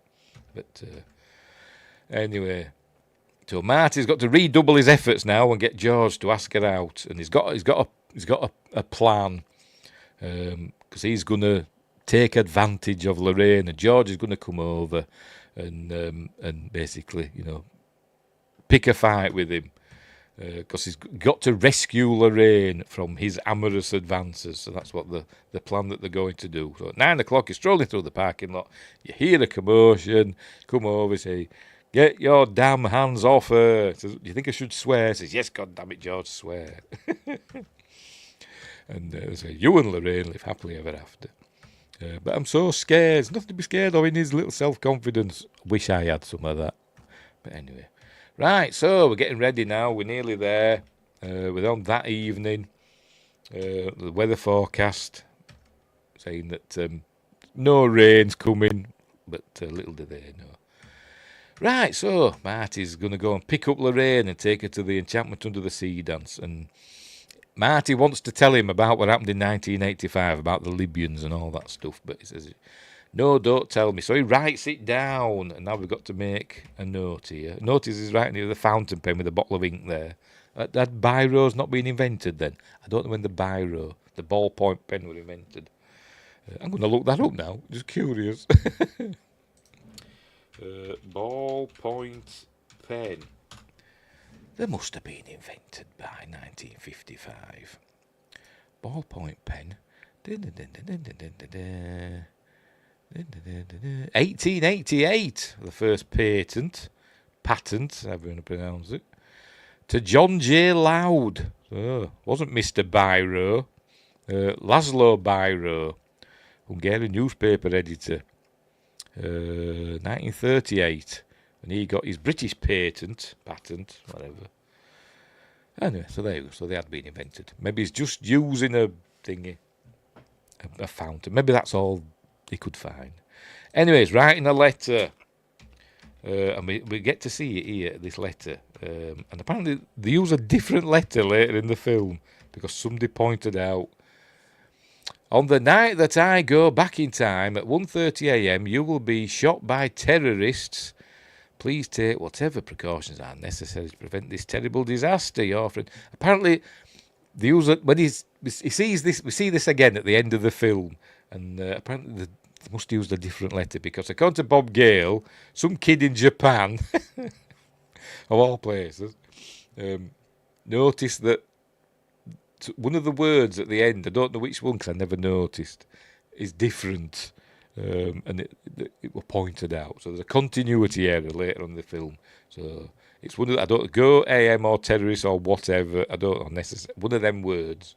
We'll have to try and remember what those words are. So he's writing a letter to Doc, telling him that he's going to be shot by terrorists, and he puts it in an envelope. Do not open till 1985. It should say do not open till I don't know what date it was, but whatever. Right, so Doc's setting all the stuff up. Marty sneaks the letter into Doc's coat, and the Enchantment Under the Sea dance is underway. There we go. They're all having fun. I think George is there already dancing by himself. I'm sure he is. I'm sure we see him somewhere. Anyway, whatever. Right, so they arrive. He's picked up Lorraine, and now they're going to sit in the car for a little bit because it's coming up to 9 o'clock. Do you mind if we park for a while? And now she gets some booze out. There we go. That she stole from her mother's liquor cabinet, and then she's smoking as well. So obviously, he's like, you smoke too? 'Cause, this is his mother. And anyway, nearly 9 o'clock. And then she takes her coat off. Her wares. She's showing all her wares to Marty. He's like, oh, God. He can't go through with it. Then goes, you mean like how you're supposed to act on the first date? And then she just kisses him. She doesn't think about it. And then something's up. Now, this shot here, I think it's this one coming up. This was actually shot on location in some parking lot somewhere in a car. But this shot here was actually shot in a studio because apparently when they did it in the car, they didn't get the right reaction from her when she kissed him. So this is actually in the studio. They recreated the car in the studio. Just that. And then it goes back to the... it's a slightly different look. She actually looks a little bit different as well, doesn't she? A little bit. Then we go back to the original location. And so she says, something weird. When I kiss you, it's like I'm kissing my brother. She says, that makes perfect sense. Then the door opens and he thinks, oh, thank God, George is here to save the day. But it's Biff. And it cost $300 damage to my car, and I'm going to take you out your ass. So they're all going to beat him up. Or they're going to beat him up. Oh no, they give them to his mates, and he's gonna have his wicked way with Lorraine, because he's always like Lorraine, you see. Even at the beginning of the film, saying, "Say hi to your mum for me." So anyway, so they beat up Marty a little bit. Is that Billy Zane hitting him? I think Billy Zane's not. Is he? No, he's there. There's one scene where Billy Zane's not in it. He just disappears. I can't remember which one it is. It might have been earlier on. It wasn't available for whatever reason. Anyway, they put Marty in the trunk of this car, or boot, as we say. And the other, this is the band, and they come out. Obviously, smoking some sort of illicit material, I imagine. But anyway, they scare them off. But then we see Marty's trapped in the boot of the car, and the keys are in there, so he gets a screwdriver to get in. But then George comes, thinking it's going to be Marty in the car, and it's Biff, and says, "Oh, you get your damn hands off." I said, "I think you got the wrong car, McFly." And he actually gets all brave here, and actually I kind of fill up a little bit at this bit when I'm watching the film, because he does the right thing. And he says, "Turn around and walk away." And he says, "No, Biff, you leave her alone." There we go. And he's going to hit him, but obviously Biff stops him, and he's just laughing and mocking him. And anyway, they get Marty out of the car, but the leader of the band slashes his hand and says, "Oh, thanks, I've got to go." And he goes running off, and George punches Biff in the face, in the smackaroony. There we go, and knocks him out with one punch. And he's going.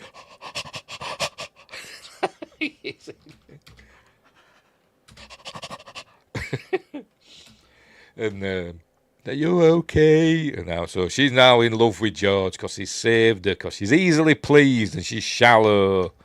Anyway, so off they go, back to the dance together. And but it's not over. They're still disappearing. Look, now his sister's half gone. They're still disappearing. So he's got to get. They've still got to kiss on the dance floor, haven't they? Anyway, Doc Brown's still sorting stuff out, and the wind's picking up.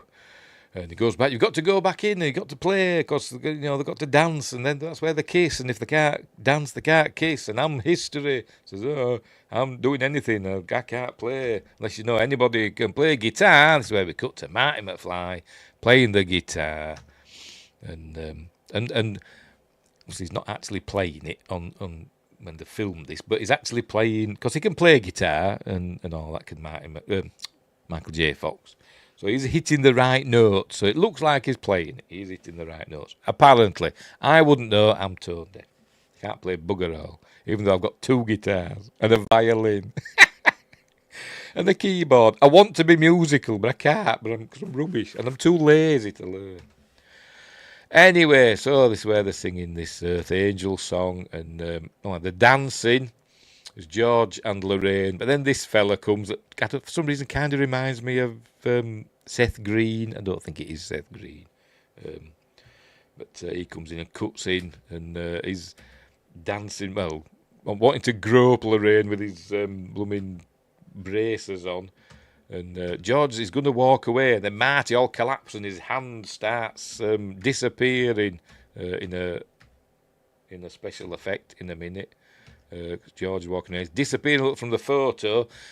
This is a big photo, by the way. This, just for this shot to show this photo, or whenever it shows the photo, the neck of the guitar is actually, I think ILM made it, and it's actually a massive, massive neck of a guitar with a big photo on, so they could get a real good close up on it.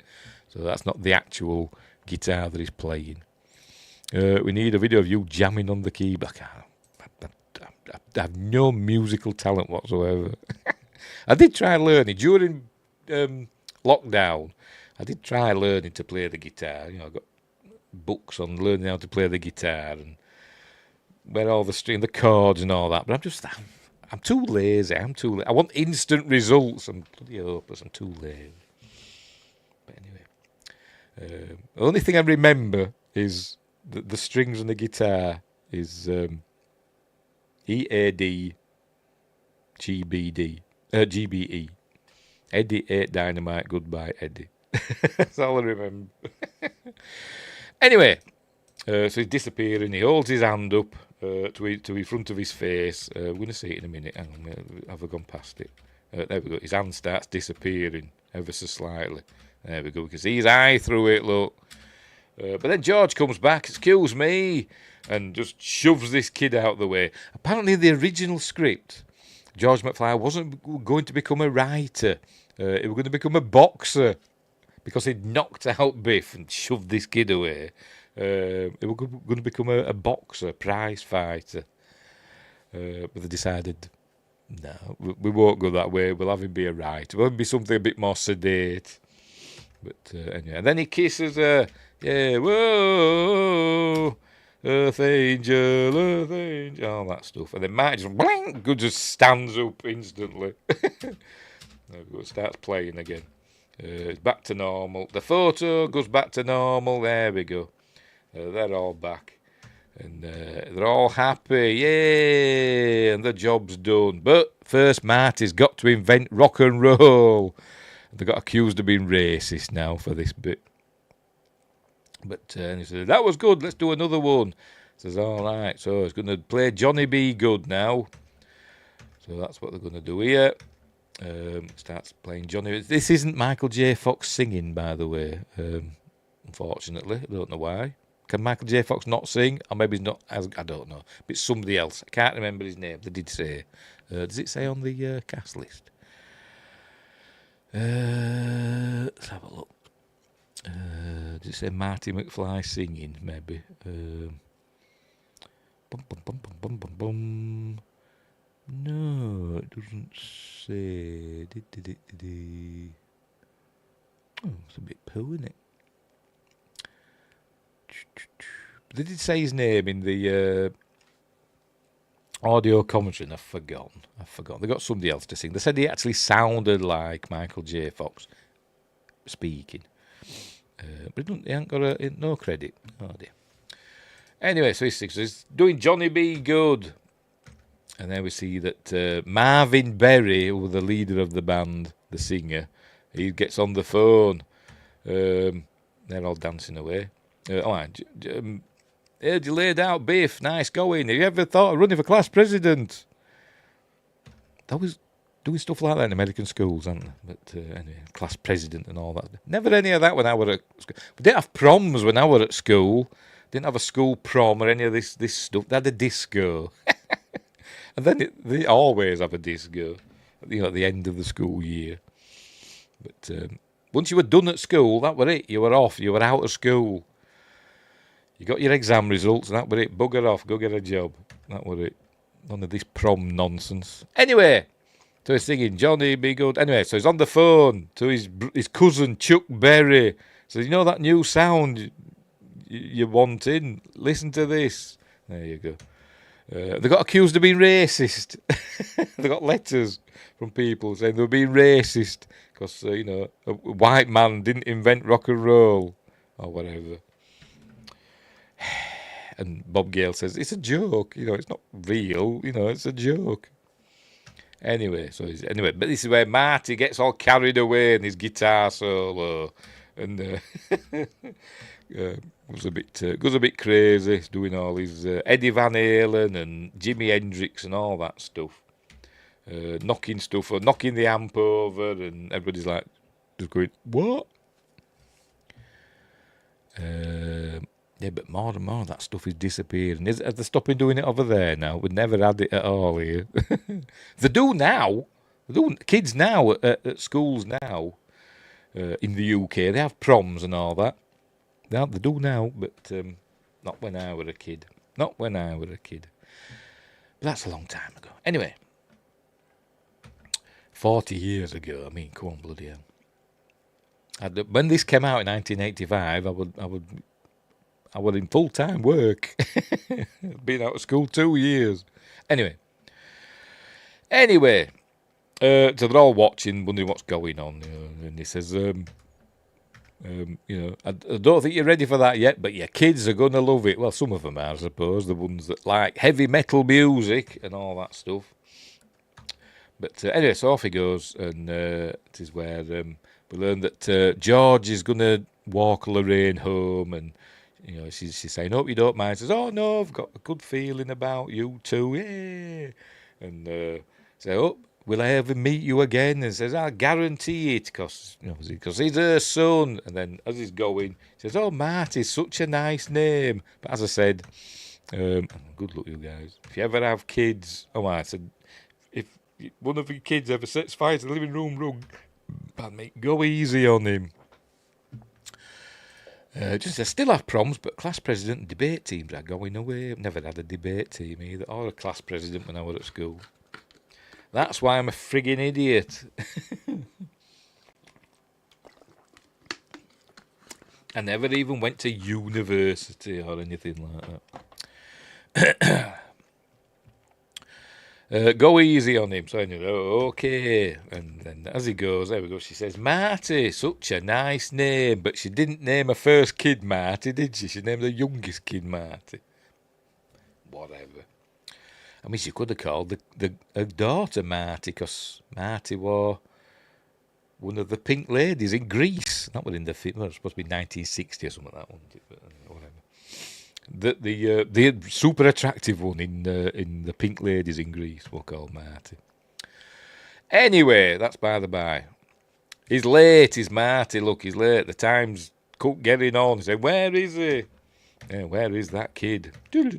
But now he's here. Said he had to go back and change. He got to get out of that zoot suit. Got his life preserver back on. What do they call them now? What do they call them jackets? I'm blanking. Anyway. Body warmer. Yay, got there. There's a body warmer on. There we go. So there he looks and he says, he tells him what happened, that George knocked out Biff. He's never hit anybody in his life. And look, everything happened. It were okay. And he's looking, he knows something's up. The timeline has been changed. But he says, "Whatever, forget about it." What? It says, okay, don't worry about it. So that's where they're going. Last time depart. Oh, that's where they were before. So that's the date and time. Is to go back to exactly. So there we go. So it says it go back to exact. So they've got to do that. Blah blah blah. Got an alarm clock that's going to go off when. Is to hit the gas, and he goes, "See you in about 30 years." But then he notices the letter in his pocket. I think there we go. He notices it there, and it's about the future. And he says, "Well, whatever." But he rips it up.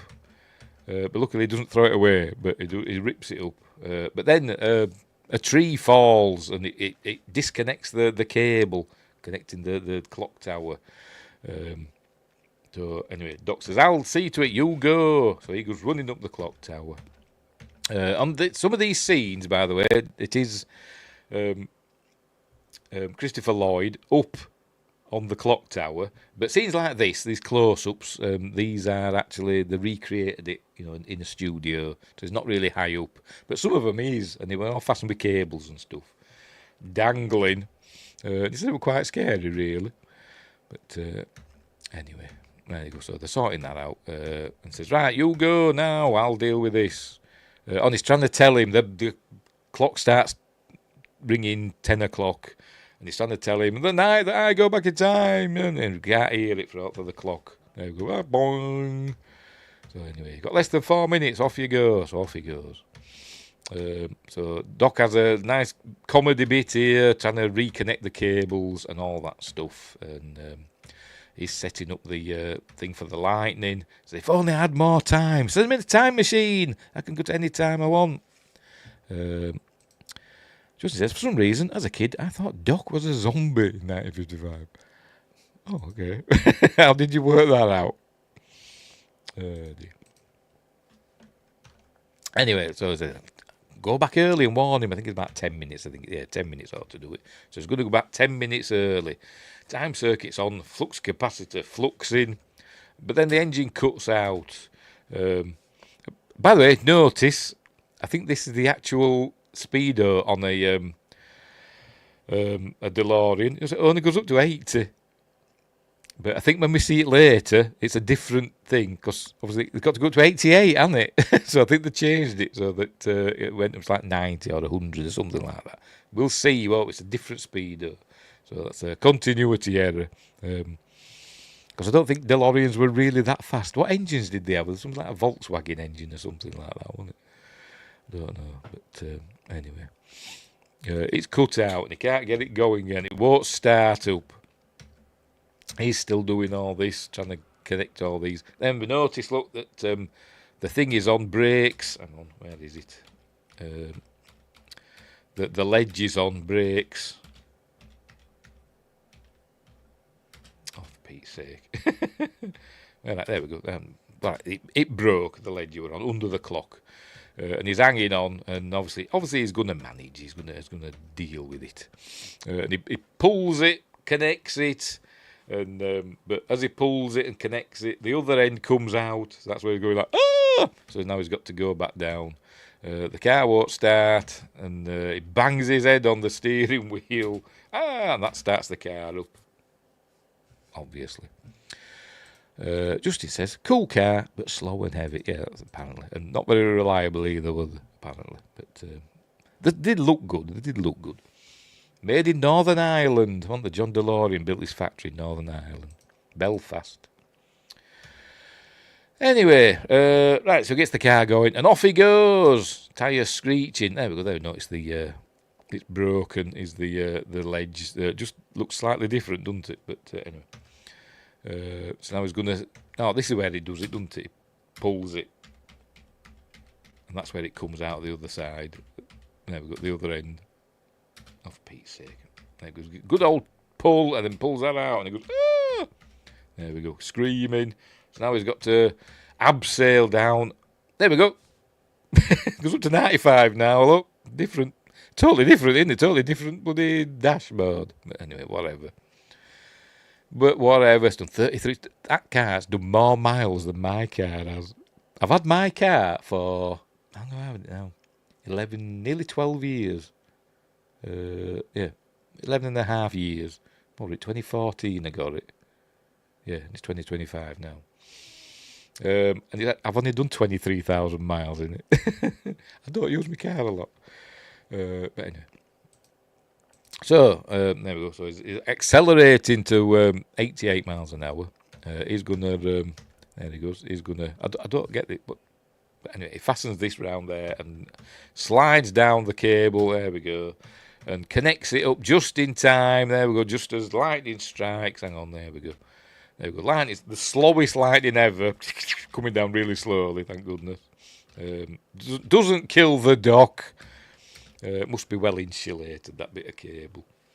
And off it goes. And it works. There we go. The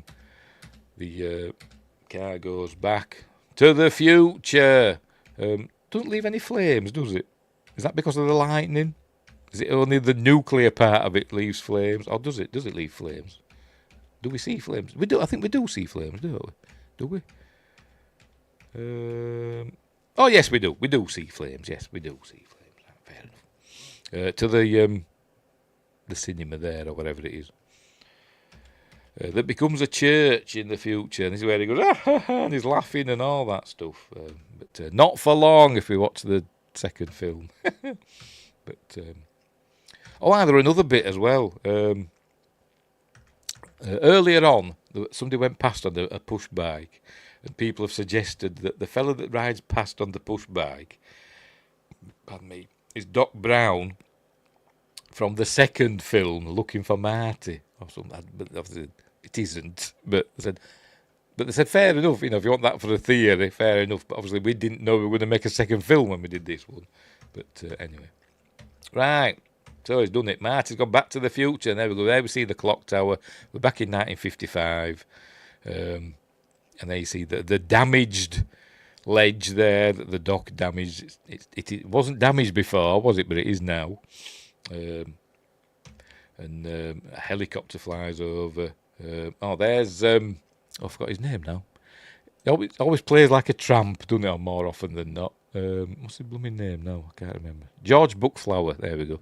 As Red the Bum. George Bookflower. He's been in loads of stuff.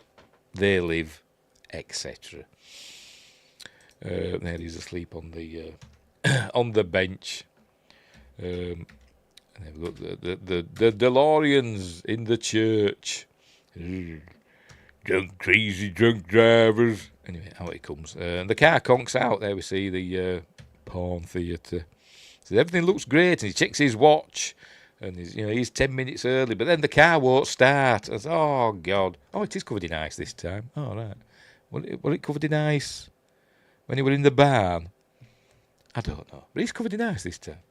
They said in the commentary, they said it were only covered in ice at the beginning, so they lied.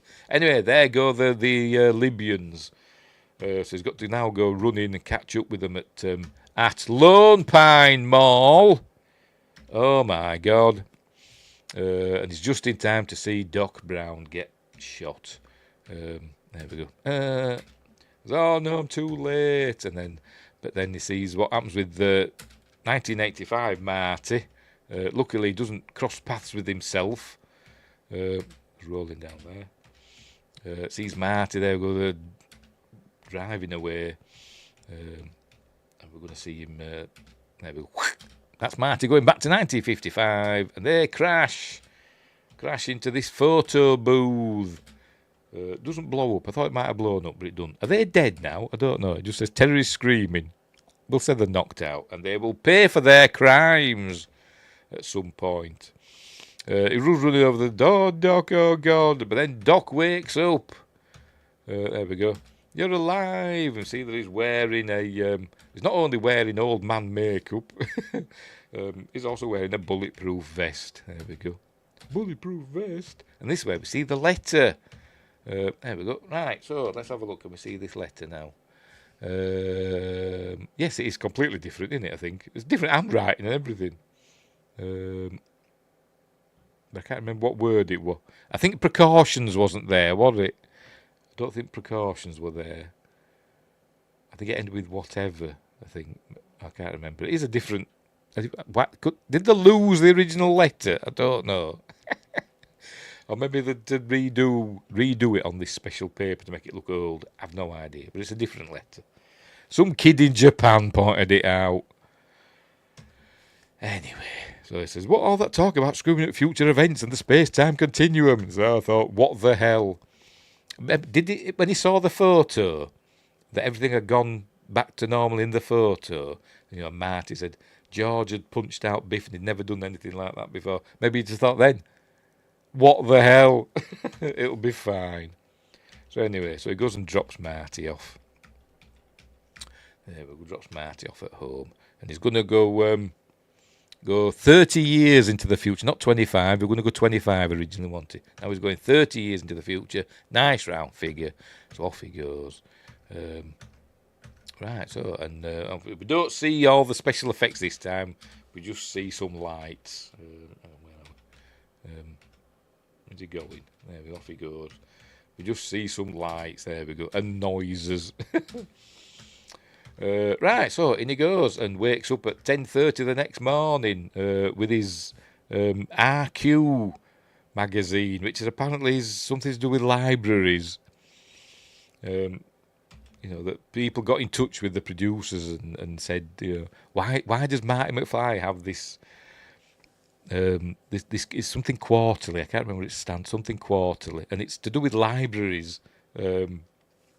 And librarians and all that. I said, why would he have that? And they said, I don't know. It's just something that the set decorators they just found magazines and stuff and just scattered things about in his bedroom, and they didn't know what it was either. So it was just there by mistake. It was just there. That's the two issues, isn't there? There's a yellow one. That's the same, doesn't it? It's a blue one. Yeah. So there we go. Don't know. Sleeping in his clothes again. Anyway, he gets up and. See, the house looks different. It looked a bit more normal before he went back in time. Now it looks a bit too nice now.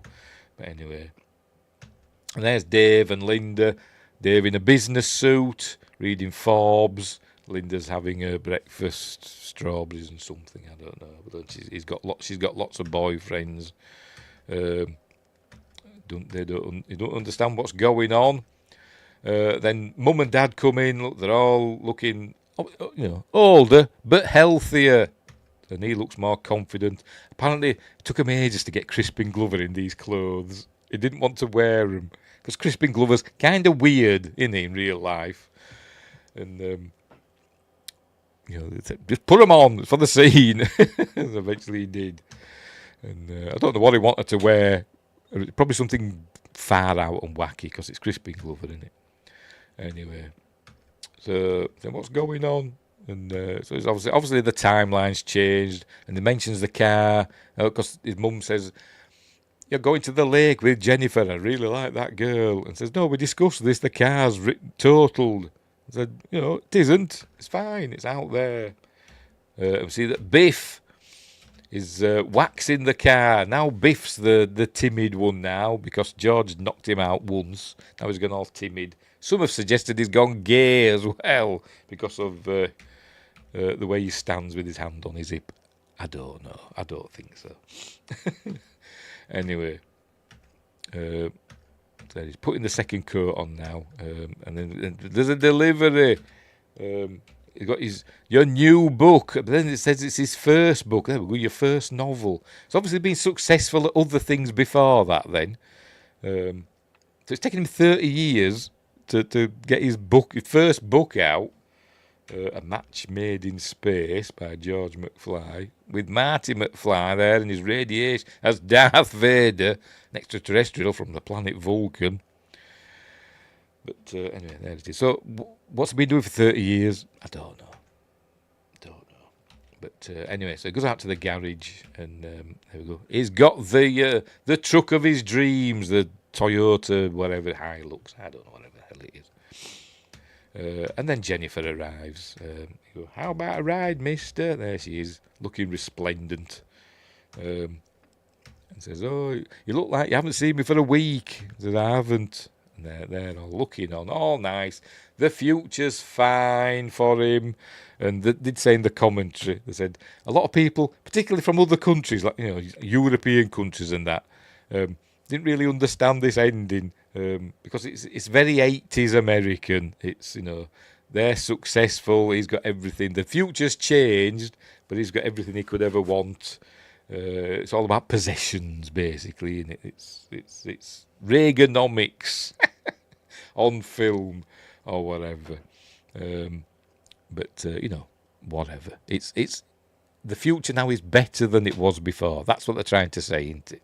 You're not from some weird family that is a bit dysfunctional. But is Uncle Joey still in prison?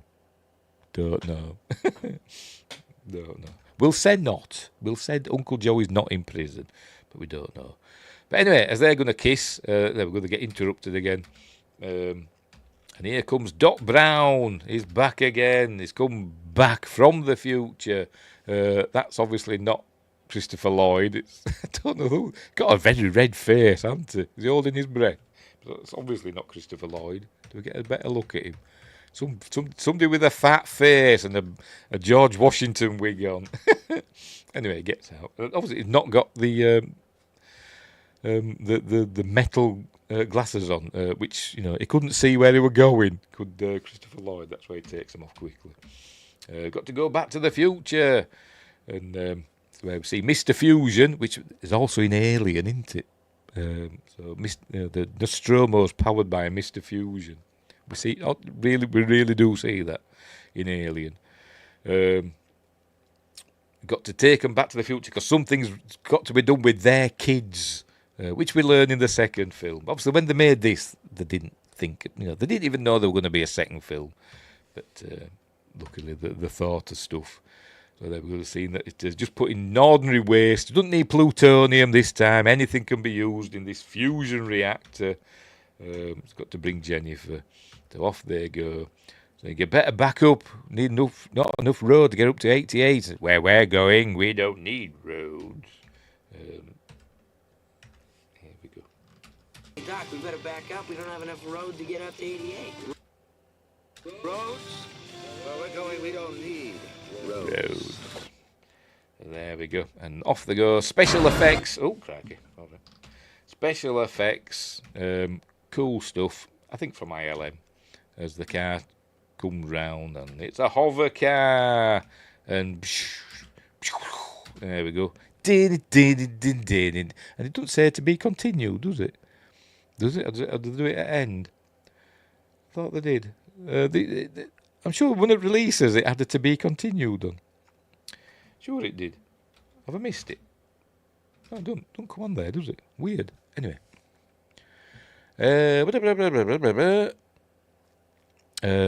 Michael J. Fox was filming Back to the Future and Family Ties at the same time. Yes, it was. He shot Family Ties during the day, shot Back to the Future at night. Yes, as I said it a bit earlier on.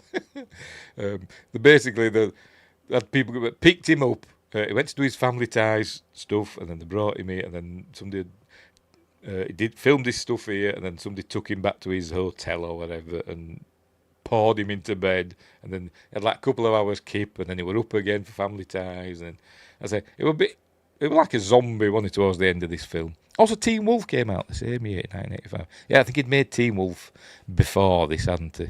He had. Just said, a classic. It is. I wonder why it doesn't have the to be continued. I can't remember if the Blu-ray version did. I wasn't paying attention. But anyway, so there we go. Great film. And 2 decent sequels as well. And they're never going to be remade as long as Robert Zemeckis and Bob Gale are alive. You'd think they'd have something in... Because they did do a legal document, didn't they, saying that as long as they're alive, the films will never get remade. You think they'd do something like, as long as my offspring are still alive, the films will never get remade. But I was just to say, they will never get remade ever in perpetuity, whatever. Anyway, so there we go. I'm sure. Is there going to be to be continued at the end? No, there ain't, is there? I wonder why there wasn't one on there. I'm going to have to check my Blu-ray now and see if it's in there. But anyway, whatever. Decent. Well, the second one's good. The third one's, not amazing in my opinion. It's still fun. Michael J. Fox did a pretty good job at playing multiple characters in the third film and the second one. In the second and third one, he played a few characters, didn't he? Not sure about his daughter. He played his daughter, didn't he? In the second one. But anyway. But they're both good. I think this was the first Amblin Entertainment film as well, by the way, I think. So let me check that. Amblin, where are you? Amblin Entertainment. I think this was the first film that Amblin Entertainment brought out.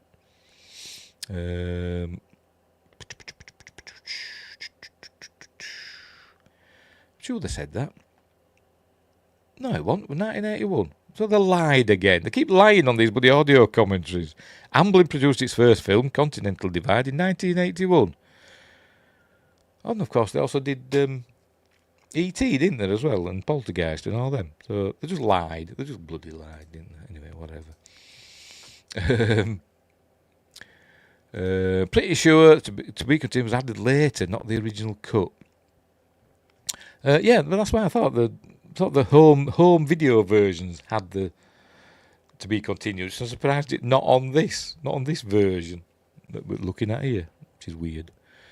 This must be a rip of the original theatrical cut. It must be. The film was okay. It just felt off. Yeah, it was still fun and all that, but it wasn't as good as the other two, was it? And you know what? I didn't like the train for some reason. Anyway, but the cartoon fits with the third movie. I've never seen the cartoon. Jason Bateman was in Teen Wolf 2. I've not seen it. I think I've only seen the third Teen Wolf once. It was all right. Michael J. Fox worked with Jason's sister Justine Bateman in Family Ties. Indeedy. I've never seen... I don't know if Family Ties showed over here. Obviously I've heard of it, but I don't know if it ever...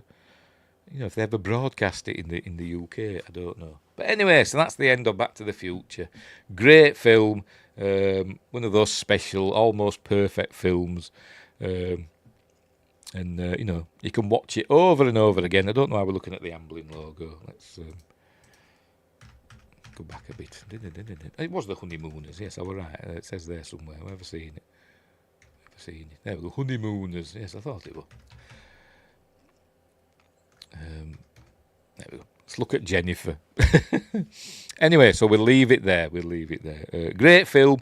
If you haven't seen it, where have you been for 40 years? Back to the Future, or the past, or whatever. Go and watch it. It's on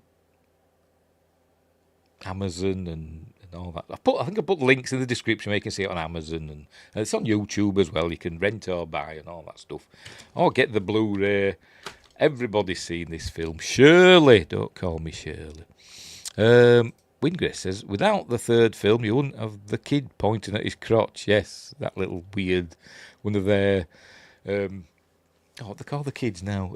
Jules and Vern. They called the kids, didn't they? The Doc and I forgot the bloody name now. That Jack O'Neill likes. Yes, pointing to his crotch for some reason. They're thinking they might have needed the loo. Family Ties was great. I've never seen it. I don't know if it was showed over here. Bronze says, take care, sir. Yes, thank you very much. You too. I feel old. I was 3 when this came out. I was 18. I was 18 when this came out. Anyway, right, so we'll leave it there. So what's coming up next? Hang on, where are we? Remove that. What's coming up next? Wednesday, I think on Wednesday it'll be my top 5 favourite films of, I forgot what year we're up to, 1997, I think. Because I don't think I'll have caught up with Deep Space Nine Season 5. I'm getting there. I think I'm nearly halfway through. On Friday, for Friday Night Appointment with Fear this week, we're doing Heart Eyes, possibly my favourite movie, favourite horror film of 2025. A lot of fun is this film, although the ending leaves a bit to be desired. But up to there, it's really, really good. The great script, really laugh out loud, but for me anyway. And then next Monday, it's anniversary time again, because next Monday, next Monday, the 14th of July, is the 25th anniversary of the first X-Men film. So we're doing that next week. And then the week after, I'm going to find something obscure that Win Grace hasn't probably seen, because he keeps saying I do well-known films. I need to find more obscure stuff. Justin says, talking about horror films during the 4th of July, Return of the Living Dead takes place during that. Does it? I never noticed, to be completely honest. I never noticed. But we did that. We did a watch-along, didn't we, of that last Halloween. I think it was, wasn't it? I didn't know that was set during the 4th of July. I never noticed. Anyway, so we'll leave it there. So thanks, Justin, and Windgrace, and Bronson Wright Wolf. Cool name for keeping me company while we talk about Back to the Future. Did anybody else pop in? I don't. Quest, obviously. Yeah, sorry, Quest. Quest popped in. Didn't answer my question about the AK-47. I'm guessing he buggered off by then. Let's check Rumble. Make sure nobody's left any messages on there. No, they haven't. Anyway, so there we go. We'll leave it there. So, again, thank you for keeping me company. Thanks for watching. Wherever you are, look after each other. And until next time, I've got to find my stuff. Until next time, I'll say the